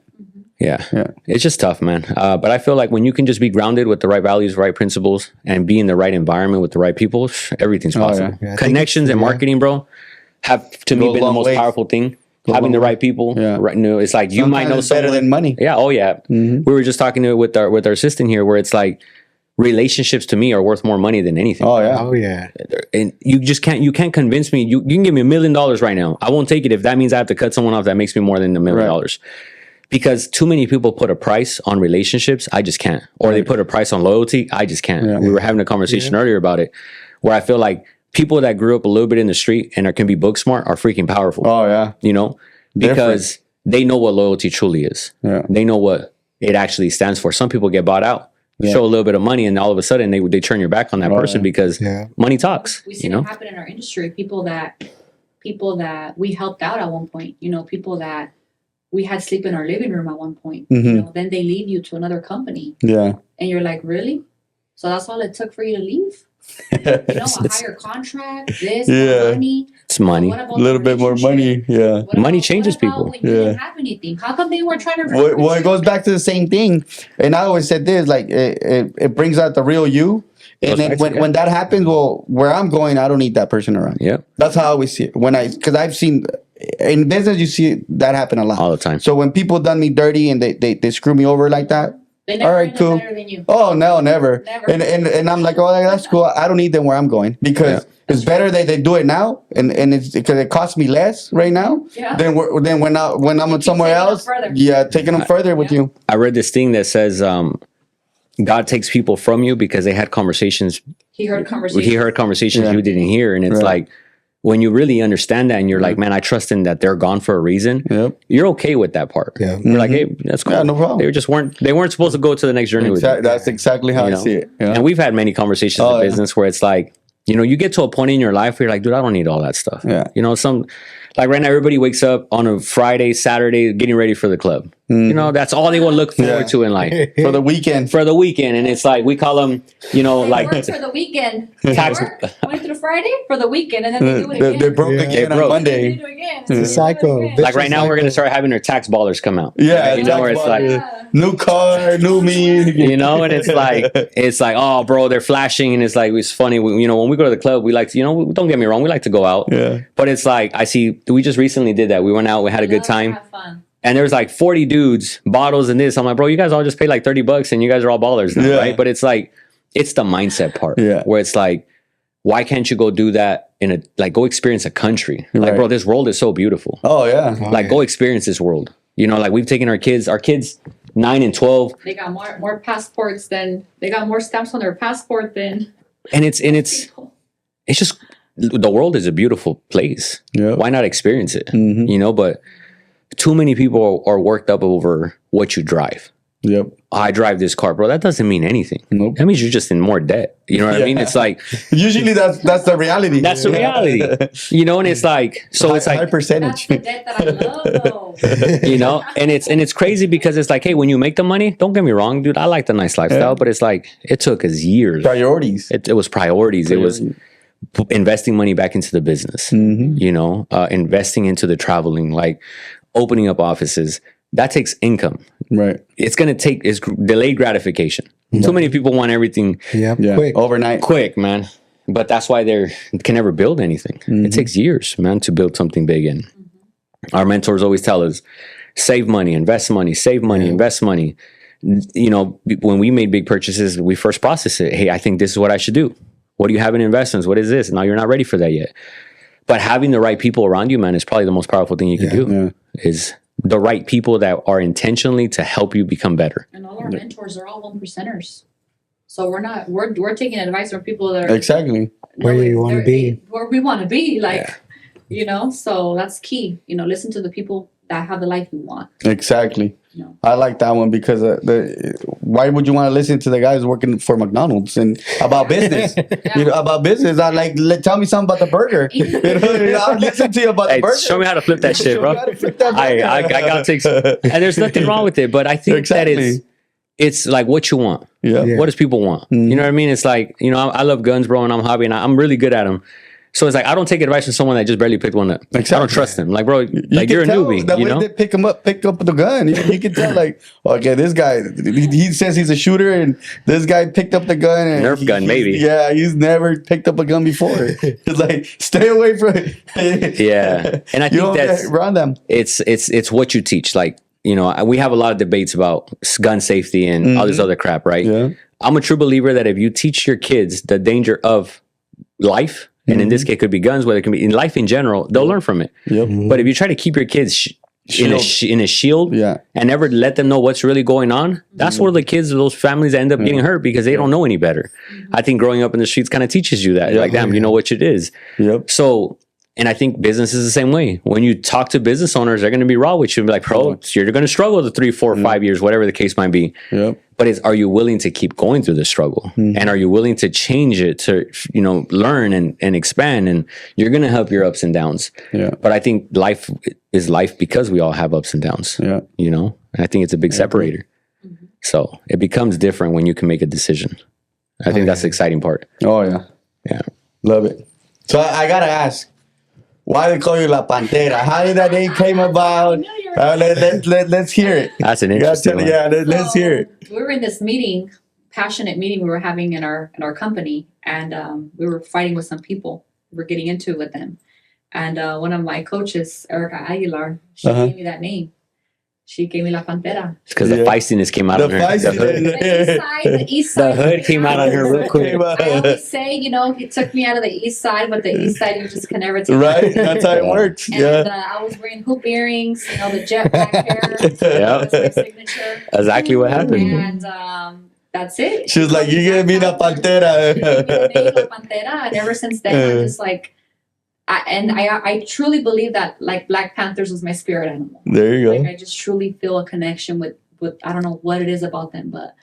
And I just had it ever since. Nice. It's been my name ever since. Took a crazy ass fight to I almost got down with some people to defend my coaches, and there you go. There you go. the Loyal. feistiness. Yeah. The loyalty came out. Yeah. Loyalty's big with us, man. I feel like loyalty is everything you got, but yeah, she got that crazy name. Loyalty is definitely the highest paid thing in life. Oh yeah, Truly Priceless. It's Yeah, priceless. you Like, can't buy that. Like it's gonna get you places. You know, I remember Coach Ricardo would always tell us that. You know, loyalty and relationships is what's gonna get you guys far in life. Yeah. You know, don't take people for granted. Don't take relationships for granted. Gratitude. You know, stay in gratitude no matter what's happening. Even if the people that have maybe you feel hurt, but if they've helped you and they've bettered you at some point, like stay grateful for those Yeah. people, because it's gonna pay you so much. In Oh yeah, you never forget. You know, so. Coming words from La Pantera. There you go. Yeah, she got that name. And it stuck with us ever since, man. Yeah. Been ever since. And I don't wear hoop earrings now. those were left in the east side. Yeah, I think I took them to Visalia for a little bit. I was like, you know what? I gotta let this Retire them. go. I hang I them gotta now. retire them. Yeah. Yeah, I think it's always good to know where you come from. Oh yeah, Never never forget it. forget. Never Never forget. forget. Never forget. I always forget. take trips. I always, you know what's so crazy? I always have them do when we're in town. I always have them take me to my neighborhood. Yeah. And I always have them take me on purpose because I never want to forget what it was to live there. You know, to go to Food Max on aisles. And a lot of times there was great times too. You know, The best times, The man. best times, man. For groceries with paper with colored money. I remember I told my mom, like, Mom, I never knew we could pay with Monopoly money, you know, not knowing that it was food stamps. Oh, back in the day when you Back in still the get day. that, we still get that, yeah, the books. And Yeah. I think the one thing, you know, for my parents, you know, that are listening to the podcast, you know, if you have kids, the worst thing you can do to your kids is have them see you stressed out about money. Because as a kid, I'll never forget the look on my mom's face, you know, not being able to pay bills, not being able to do stuff for us. And if you have a way out, if you have a way to make money, you have a way to give better, to do more for your kids, freaking do it, man. Do it, because they're the ones that are going to pay the consequences. Yep. That stuff makes you, but man, if you don't have to put your kids through that, you know, don't do it. You know, teach them teach them a different way. the next level, know? yeah. So The next step. I think it's just taking opportunities, man. Too many people in today's world look at opportunities as a bad thing, not realizing it's like what you're going to get out of it. You know, maybe it's not money, but maybe it's something that someone taught you. Or they're not ready. Yeah, They don't prep themselves, and they don't see the opportunity. yeah. I feel like too many people wait to be ready. Yeah. It's like, bro, you're never going to be ready for marriage. Yeah. You're never going to be ready to be a parent until you become a parent. You know what I mean? You're never going to be. So it's stay attentive, learn, ask questions, become a better you, so that when it does happen, you don't stress out. You know, I think that's the biggest thing. Like when she says that, is like, I never saw my parents struggle financially, even though I knew they were struggling, because my dad never showed it. He was just always a hustler. Making it happen. My dad always, I was telling her, we went through a phase where I realized my dad lost a job, and now at 34 years old, I look back, I'm like, why the hell was my dad chopping up old ass cars for scrap? And he was making money through scrap. And I'm like, damn, because at the time he had no job. But it's like, instead of him just chilling, he was out there trying to figure. And I was like, and it's so crazy. She's like, babe, that's where you get your ambition from. Like you, but when she told me that, this was like 2-3 weeks ago, we're having a date night, and it hit me at that point. I'm like, it makes sense why you've always just grew up found seeing a it. way out. Like you've never just stayed stuck in, I don't have money. Like I've never heard him even vocalize. He's never told me, I'm broke, I don't have money, I can't pay for that. No, you can't buy that. No, like I've never heard him say those words. Even when maybe I felt something was wrong, he never vocalized it or showed me that. No, it's just make it happen. He always just figured it out, you know. And when he was telling me that about his dad, I'm like, your dad's always been that way. You know, he's been like a father to me. And I'm like, your dad's the same way. Like, it makes sense why you get it from your dad. Yeah. You know, your grandpa, your dad, you know, so it's a great quality to have, you know, in a man. Like, you know, as a man, you have to have that. You have to have some, I always say, a woman with dreams needs a man with ambition. Oh, yeah. Because, you know, I'm a dreamer. I always wanted to be famous. I always wanted to do something big. I wanted the lifestyle. I wanted to just do something with my life. But if I would have been with a man that didn't have ambition, I would have been capped out. Yep. You know, I would have had to go figure something out to make it happen. So I'm just grateful that I'm able to use my gifts here and help build this together. Building a different one. Yeah. I love it. Yeah. Got to build a life together, man. Yep. Yeah, I like that. But it's not going to be easy for my couples that want to get into business. You're going to have some trials and tribulations. Be ready. Ups and downs for For the roller And by the way, it's not like, do they get better? No, you just learn how to fight better. Yeah, you know what I mean? That's all it is. You get smarter. have a lot of fun. You know? Yeah. But you got to have fun with life, fun. dude. It's Enjoy life. Yeah. You have to. Yeah. Money's a product that helps you have a better life, gives you opportunity, but it's not everything. You know what I mean? I think a lot of people fall in love with money, a different concept, where it's like money just gives me my lifestyle that I love to have. Be free. Protect our, retire our parents, live the life that we want. You want the nice. Them a new truck too. Just bought them a brand new truck. Wow. Yeah. So it's like, they're going through a struggle. My mom's like, Mijo, my car's this. And I'm like, dude, I'm no longer going to keep investing into these damn cars. I said, just go buy them a car. You know what I mean? There you truck. go. Yeah. So they have a new truck, and I feel like they're living a cool little life. You know what I mean? Right now, I mean, that's the best you can see. I just look at it like parents enjoying life and not having to keep on working. I lost my grandfather in his 70s. I lost my uncle in his 70s. My dad's 67. So I'm like, I don't know if I can just give less stress to my parents financially. Live longer. They can live longer. Not for me, but for my kids. Why not? Like our kids right now at the ranch. They've been at the ranch for the last 14 days. They'd rather be at the ranch in the neighborhood, in our house. You know what I mean? We live in a nice neighborhood, and everything a kid wants, and it's like, no, I want to go to the ranch. Yeah. But we grew up in that environment. Yeah. You know what I mean? It's like that's the man that raised and me. that bond that they create with their grandparents, man, that's the best. Experiences. There's a song by Fuerza Regida where he says, he's talking about his kids being with his parents and saying, like, teach them everything that you guys know. That's the greatest gift that you could ever give me as parents. Is teach my kids everything that you know. I feel like I'm a byproduct of growing up with my grandparents, my parents, living that life in the rancho with the animals and being able to have that lifestyle. Yeah. But in a part of me is like, we grew up in South Central. That's kind of where our family comes from. So I seen my dad's friends from 18th Street, some of the big names out there. I'm just kind of like, to see my dad never fall a victim to it.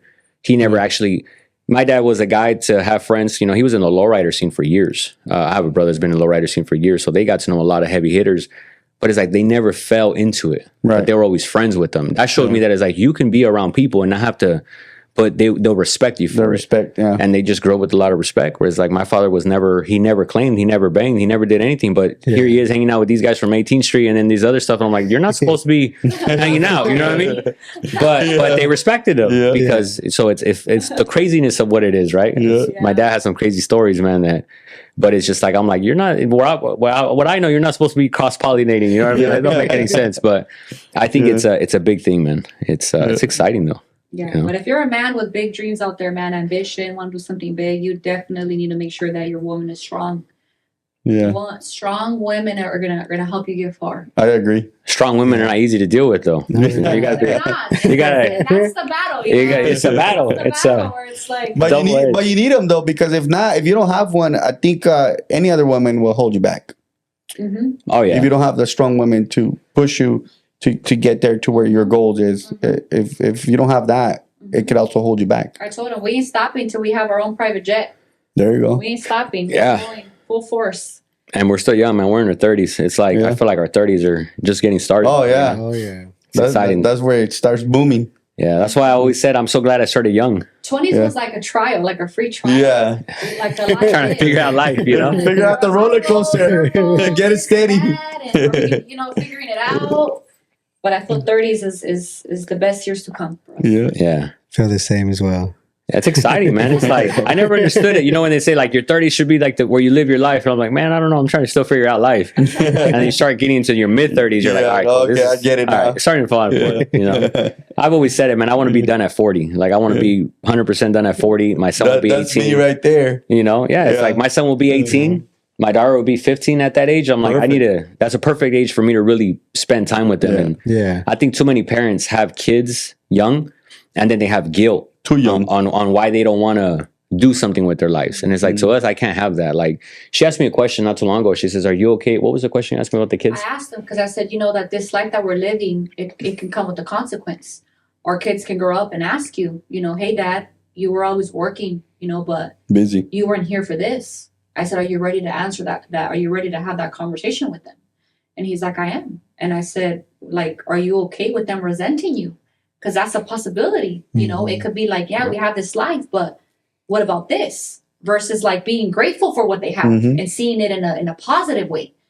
And he said, I'm willing to take it. And I'm willing to tell them, like, I wouldn't do anything different. I agree, because when they see that, and I mean, it can go both ways, but I think most kids will, especially the mindset you guys are giving them, they'll understand. Okay, Pops did this, he sacrificed to do this, and yeah, he might have not been with us, but I understand that, and I'm grateful for that, because he was able to do this and give me this mindset. Now, if you have a somebody with not that they don't have that mindset, they might be resentful because they won't understand it. Like, how can you not be grateful for all the sacrifice I did? I think it goes down to spoiled kids. Yeah, exactly. I think that's like where it's like, it's true, because I've seen spoiled kids that were given everything and they resent their families. Like, dude, but they didn't teach them the right values. Yeah, exactly. Our kids, I've always told my kids, we got money, not you.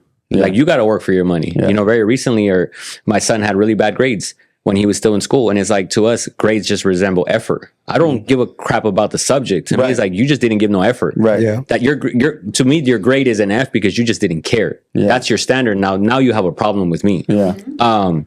So his mindset was like, well, I want to get this go-kart, like $3,000 go-kart. And I'm like, well, we could afford it, but you're not going to get it because your grades are crap. And then he has a conversation with me late at night, and he's like, well, Dad, and I told him, he's been reading entrepreneurship books and been around entrepreneurship since he's been 3.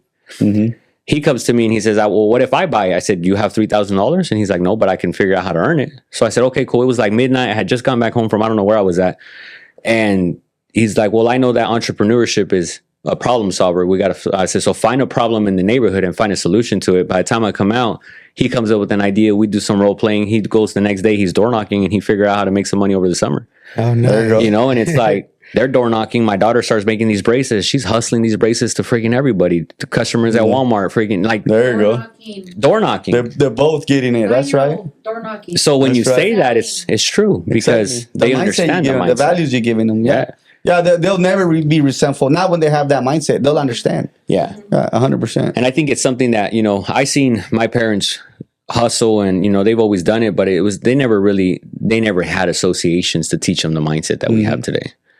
I think that when you can teach your kids the mindset, and as a parent understand that, hey, it's going to be okay, that guilt, and you kind of lower your guilt a little bit, Yeah. Your kids are going to struggle, whether you wealthy or you're not wealthy. You just got to get better at teaching them a mindset, because money can't buy you a mindset. No. Money can't give you your identity. I think too many people that fall under money and creates that identity, that's why they struggle in life. Those are the drug addicts, the people addicted, because to them, money was just a solution to solve their issues. Right. But when you struggle with money growing up and you find what the money can do, it gives you reason to make more money because you have the right value. And I think that's where a lot of people mess up. Yep. I always ask myself, why is it so many people that have money and they're freaking addicted to this, gambling, this, that, and it's like they go broke? It's like because they never had the blueprint.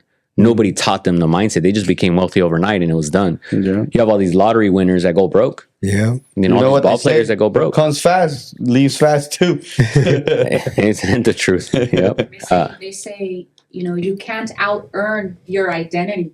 You can't out-earn your identity. You have to keep growing your identity so you can make the income. And if you get the income for whatever reason, you're going to lose it. Yeah. Your identity isn't there. Yeah. Nobody likes Trump, but he went broke and became a billionaire again. Yeah. Whether you like him or you don't like him. He knows a couple times. And every time he came back with more money. He came back stronger. Yeah. They censored him, came back stronger. They arrested him, he came back stronger. They tried to kill him, he came back stronger. Yeah. I think it's crazy. Keeps going.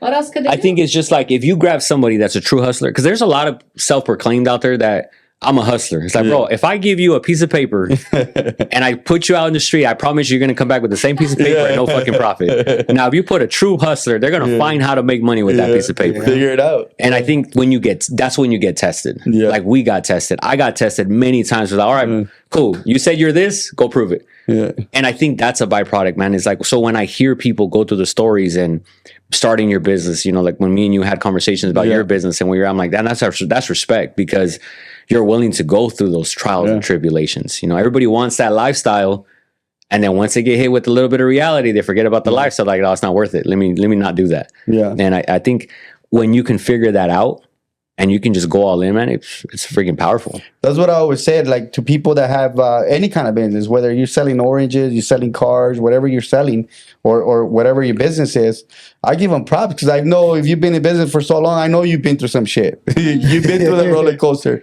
you know, the goods and the bads. You know, being in insurance, we do a lot of we deal with financial products, right? We sit down with families. I sit down with some field workers, man, that are sitting on $4.5 million in cash.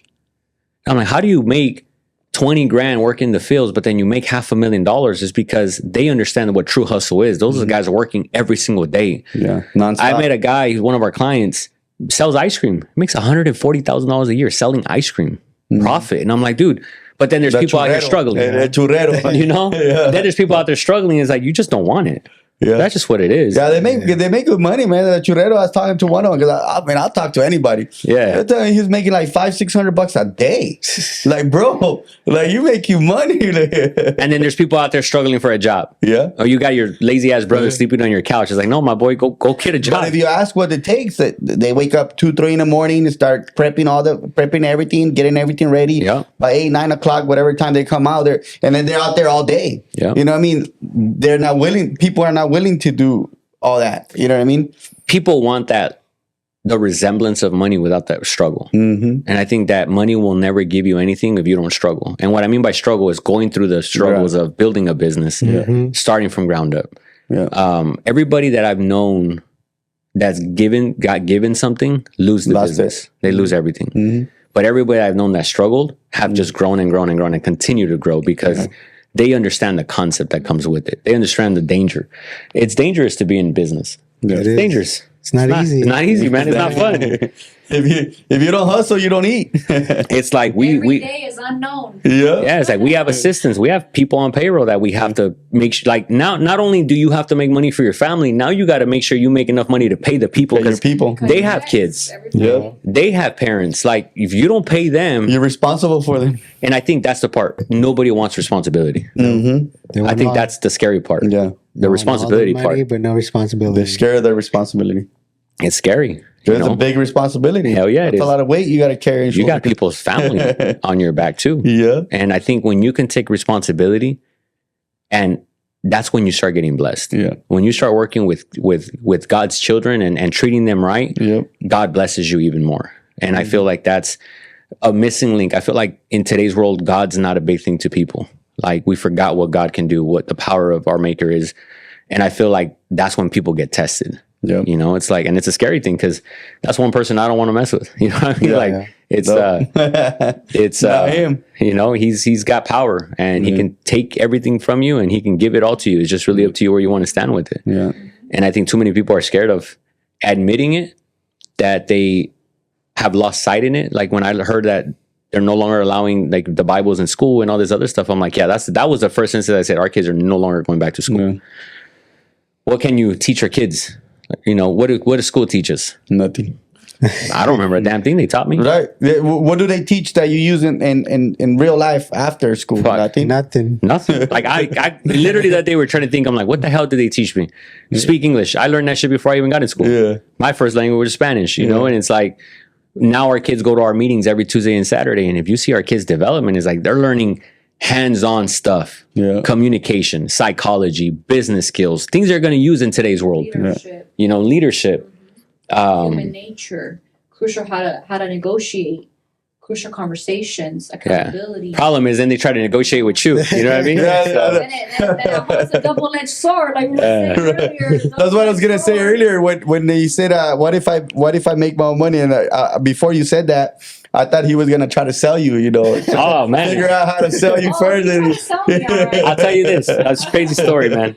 So we're getting ready for a trip, right? And I you know those lint machines that are like those ones that take off like certain little the lint. Yeah. So The I had electric ones. Yeah, I had a jacket. I was like, shit, I don't have time. So I told my daughter, I'm like, can you help me? She's like, I got you, Dad. So she did my entire jacket, released it nice. this little girl charges me at the end, bro. She's like, hey, Dad. She's like, there's a bill right here. She's like, hey, Dad. She's like, can I talk to you? I said, what's up? She's like, Joe, you know this took a little bit of my time, right? So as soon as she said that, I was like, oh, I already know where she's going. I know where we're Because going. I've always told her your time is money. And I've always told her that. So, and my son's like, you're not supposed to be charging Dad. I said, no. I said, let her have a conversation. Let's see her. I was okay with it because I don't want her to not remember that time is money. Right. I want her to know that her efforts are going to have to get paid for. And I paid her. I paid her like $5. Right? Yeah. And it was just, that's where I realized I had to teach him a lesson and her a lesson. My son was trying to defend me as the father. Mm-hmm. But then I was like, yeah, but I also don't want her to ever lose that edge where it's like, hey, man, my time is money. Because then that's how people fall into the trap of society. Yeah. And she was selling you. She sold you. I mean, she did. She did. She's really good at sales. She's good, bro. She went on this making these bracelets and she's made some money. That's right. She's probably got more savings than some 40-year-olds that I know. Right. She's bold. She's fearless. Very fearless, but it just shows you what life you could really have, man. Like I'm grateful for how I grew up. My grandfather's an amazing man. My grandmother's an amazing woman. My parents are great. I just chose that. I said, I want to my legacy is important. My last name Castillo means something to me.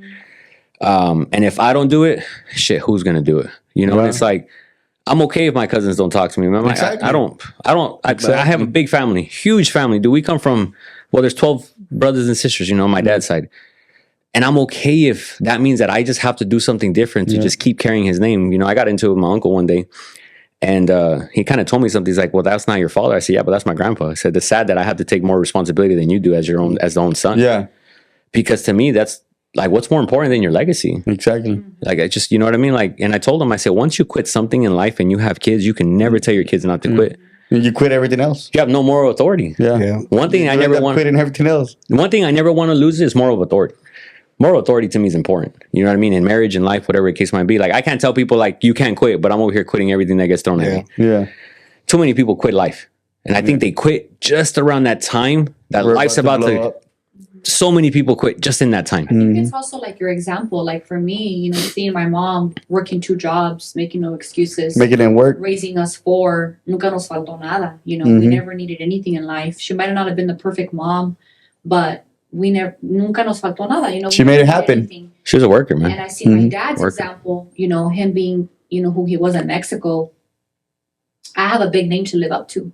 Yeah. He was murdered, unfortunately, in Mexico, but you also have to have that too inside of you. Like, what's going to drive you and push you to live up to your name? Because sometimes you can lose that too. But I think your parents, is like, what example did your parents give you? My mom gave me the example of never quitting and working hard, no matter what, And my dad gave me the example of make something of your name, be respected, no matter what. Unfortunately, it wasn't in the best industry. Yeah. But, he's up on second in high school, so you can imagine what industry he was in. But, that matters to me too. So I think having that mutually in a different way plays a big role as well. Yeah, man, I think that's just what helps. You guys started asked business and how was it? It was a challenge. It's still, by the way, it's still a challenge. It's a journey in every It's a journey. And I feel like as every level and journey you go, the more problems you're going to have at a different level. People think just because you have more money, you have less problems. No, that means your problems just get bigger. Yeah. And I think when I understood that, I was like, okay, I'm ready for it. I just know that anticipate that at every part in your life, you're going to have a bigger obstacle. At every level, there's a new devil. Yeah. Yeah.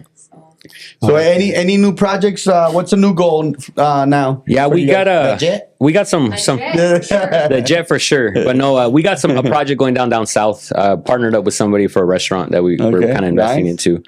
And then I have my other business, that I've been doing for a couple of years now. But I think that's right now our venture is obviously keep building what we're doing, and we're really focused on our insurance, building our agency and everything that we got going on. Just because there's nothing more powerful than the passive income that comes from that kind of stuff. And I just never really wanted to get back into the traditional side of things like I was in my trucking company. So I think those are 2 of my biggest goals right now. We have that Wednesday. We have a trip down there. We're going to go talk some business. But yeah, man, we're excited for the availability to really just see our guys, especially in the insurance world, just get to the next level. I think right now our leadership, we're really focused on just that, getting our guys to the next. What's their next? Their goals, their dreams, their vision. I think expansion right now is our biggest thing. Expansion this year for sure, and definitely expanding our agency for sure is like our biggest focus. Yeah, I think that's investing into new things. Yeah, that are going to make us. I think investing is big. I think that's the most important now, because once you have the money, what are you gonna do next? Not have your money work hard for you.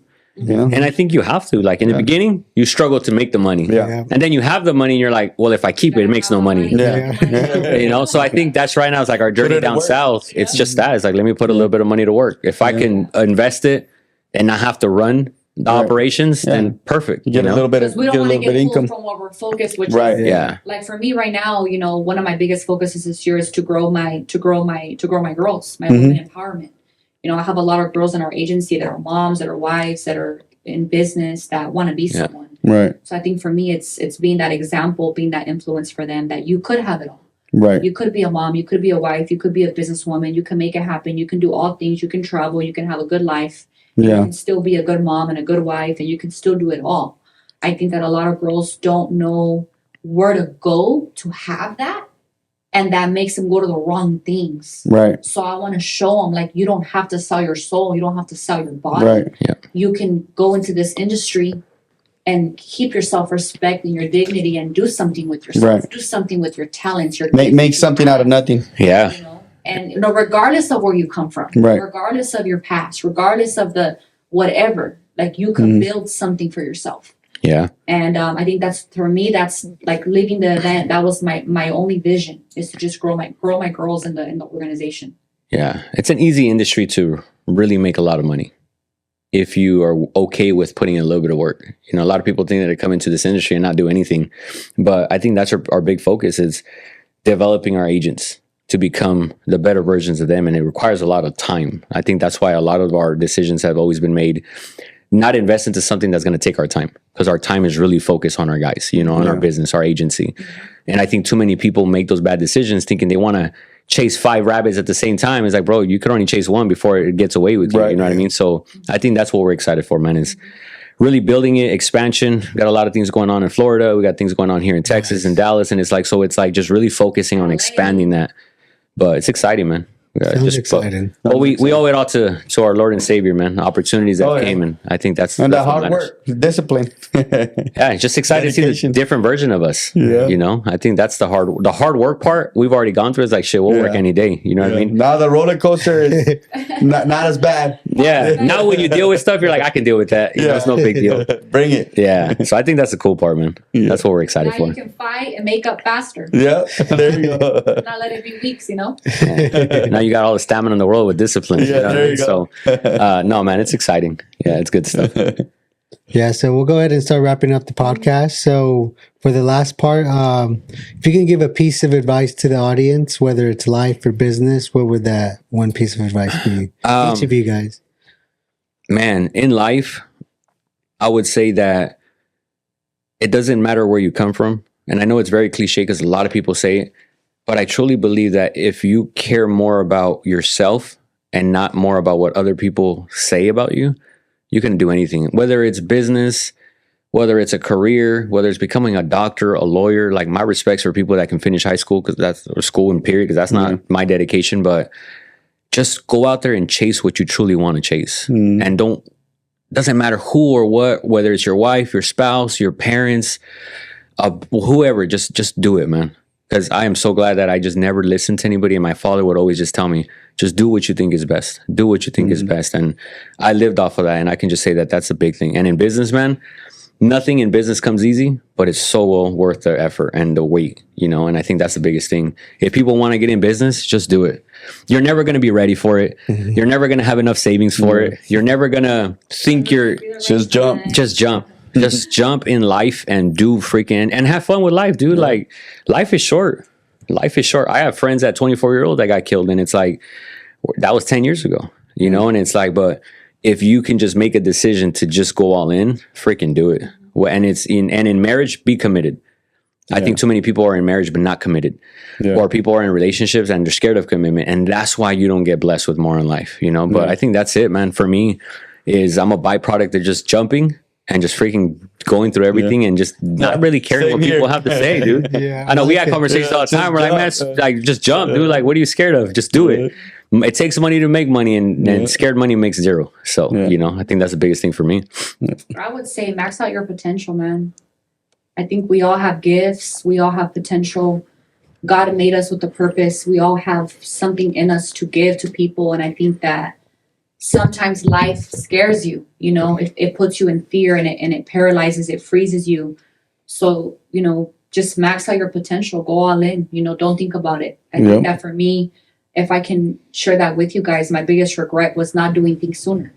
You know, if I would have done it sooner, man, how far would I be now? Yep. So don't think about it. Just go That's a for big it. one. It doesn't matter where you come from. It doesn't matter your struggles, your battles, how you were raised, single mom, abuse, drugs, homelessness, guns. It doesn't matter. Like, it doesn't matter. Like, you could be, I'm a product of you can be whoever you want to be. You know, your past doesn't define you. And I truly live by that. So that's the advice I would give everybody. And loyalty. Life and business, both. Yeah. And just be loyal, man. Loyal to those that helped you, loyal to those that were with you when you had nothing. Gratitude. And just be grateful. And if you can just be loyal and be grateful, everything in life is cool, man. That's where it's at. Love. Yeah. You know, Love. I think too many people treat loyalty with the price. To me, is like, dude, I'm just grateful for the people in my life, grateful for and I think those are the two things. If you can just make decisions, jump, increase your potential, learn from other people, ask questions, and just build those relationships, and you're loyal, man, you can do anything in life. Right. Like, I love the fact that we're babies in our association because you're supposed to be the baby in the association. Like, I like to be around people that are so you can learn from so it. you can learn from it. Yep. If And you're the biggest dog in the room, you gotta go get another. gotta go room. find another room. They always told me, if you make the most money in the room, you're in the wrong room. Yeah. You know, so I think that's it, man. I'm excited for that. And I just always say, if you can just get into entrepreneurship, I don't care what entrepreneurship, just go live your dreams and don't tell anybody. That's a big one. Don't tell nobody. That's it. Just go out Just there. do it. Just go do it. You're gonna get hate. People are gonna go against you, but ain't nobody said that you got to be with them. You know, it's like there's a reason why bus has so many seats and the luxury don't have that many seats. You're not supposed to be with everybody when you make it.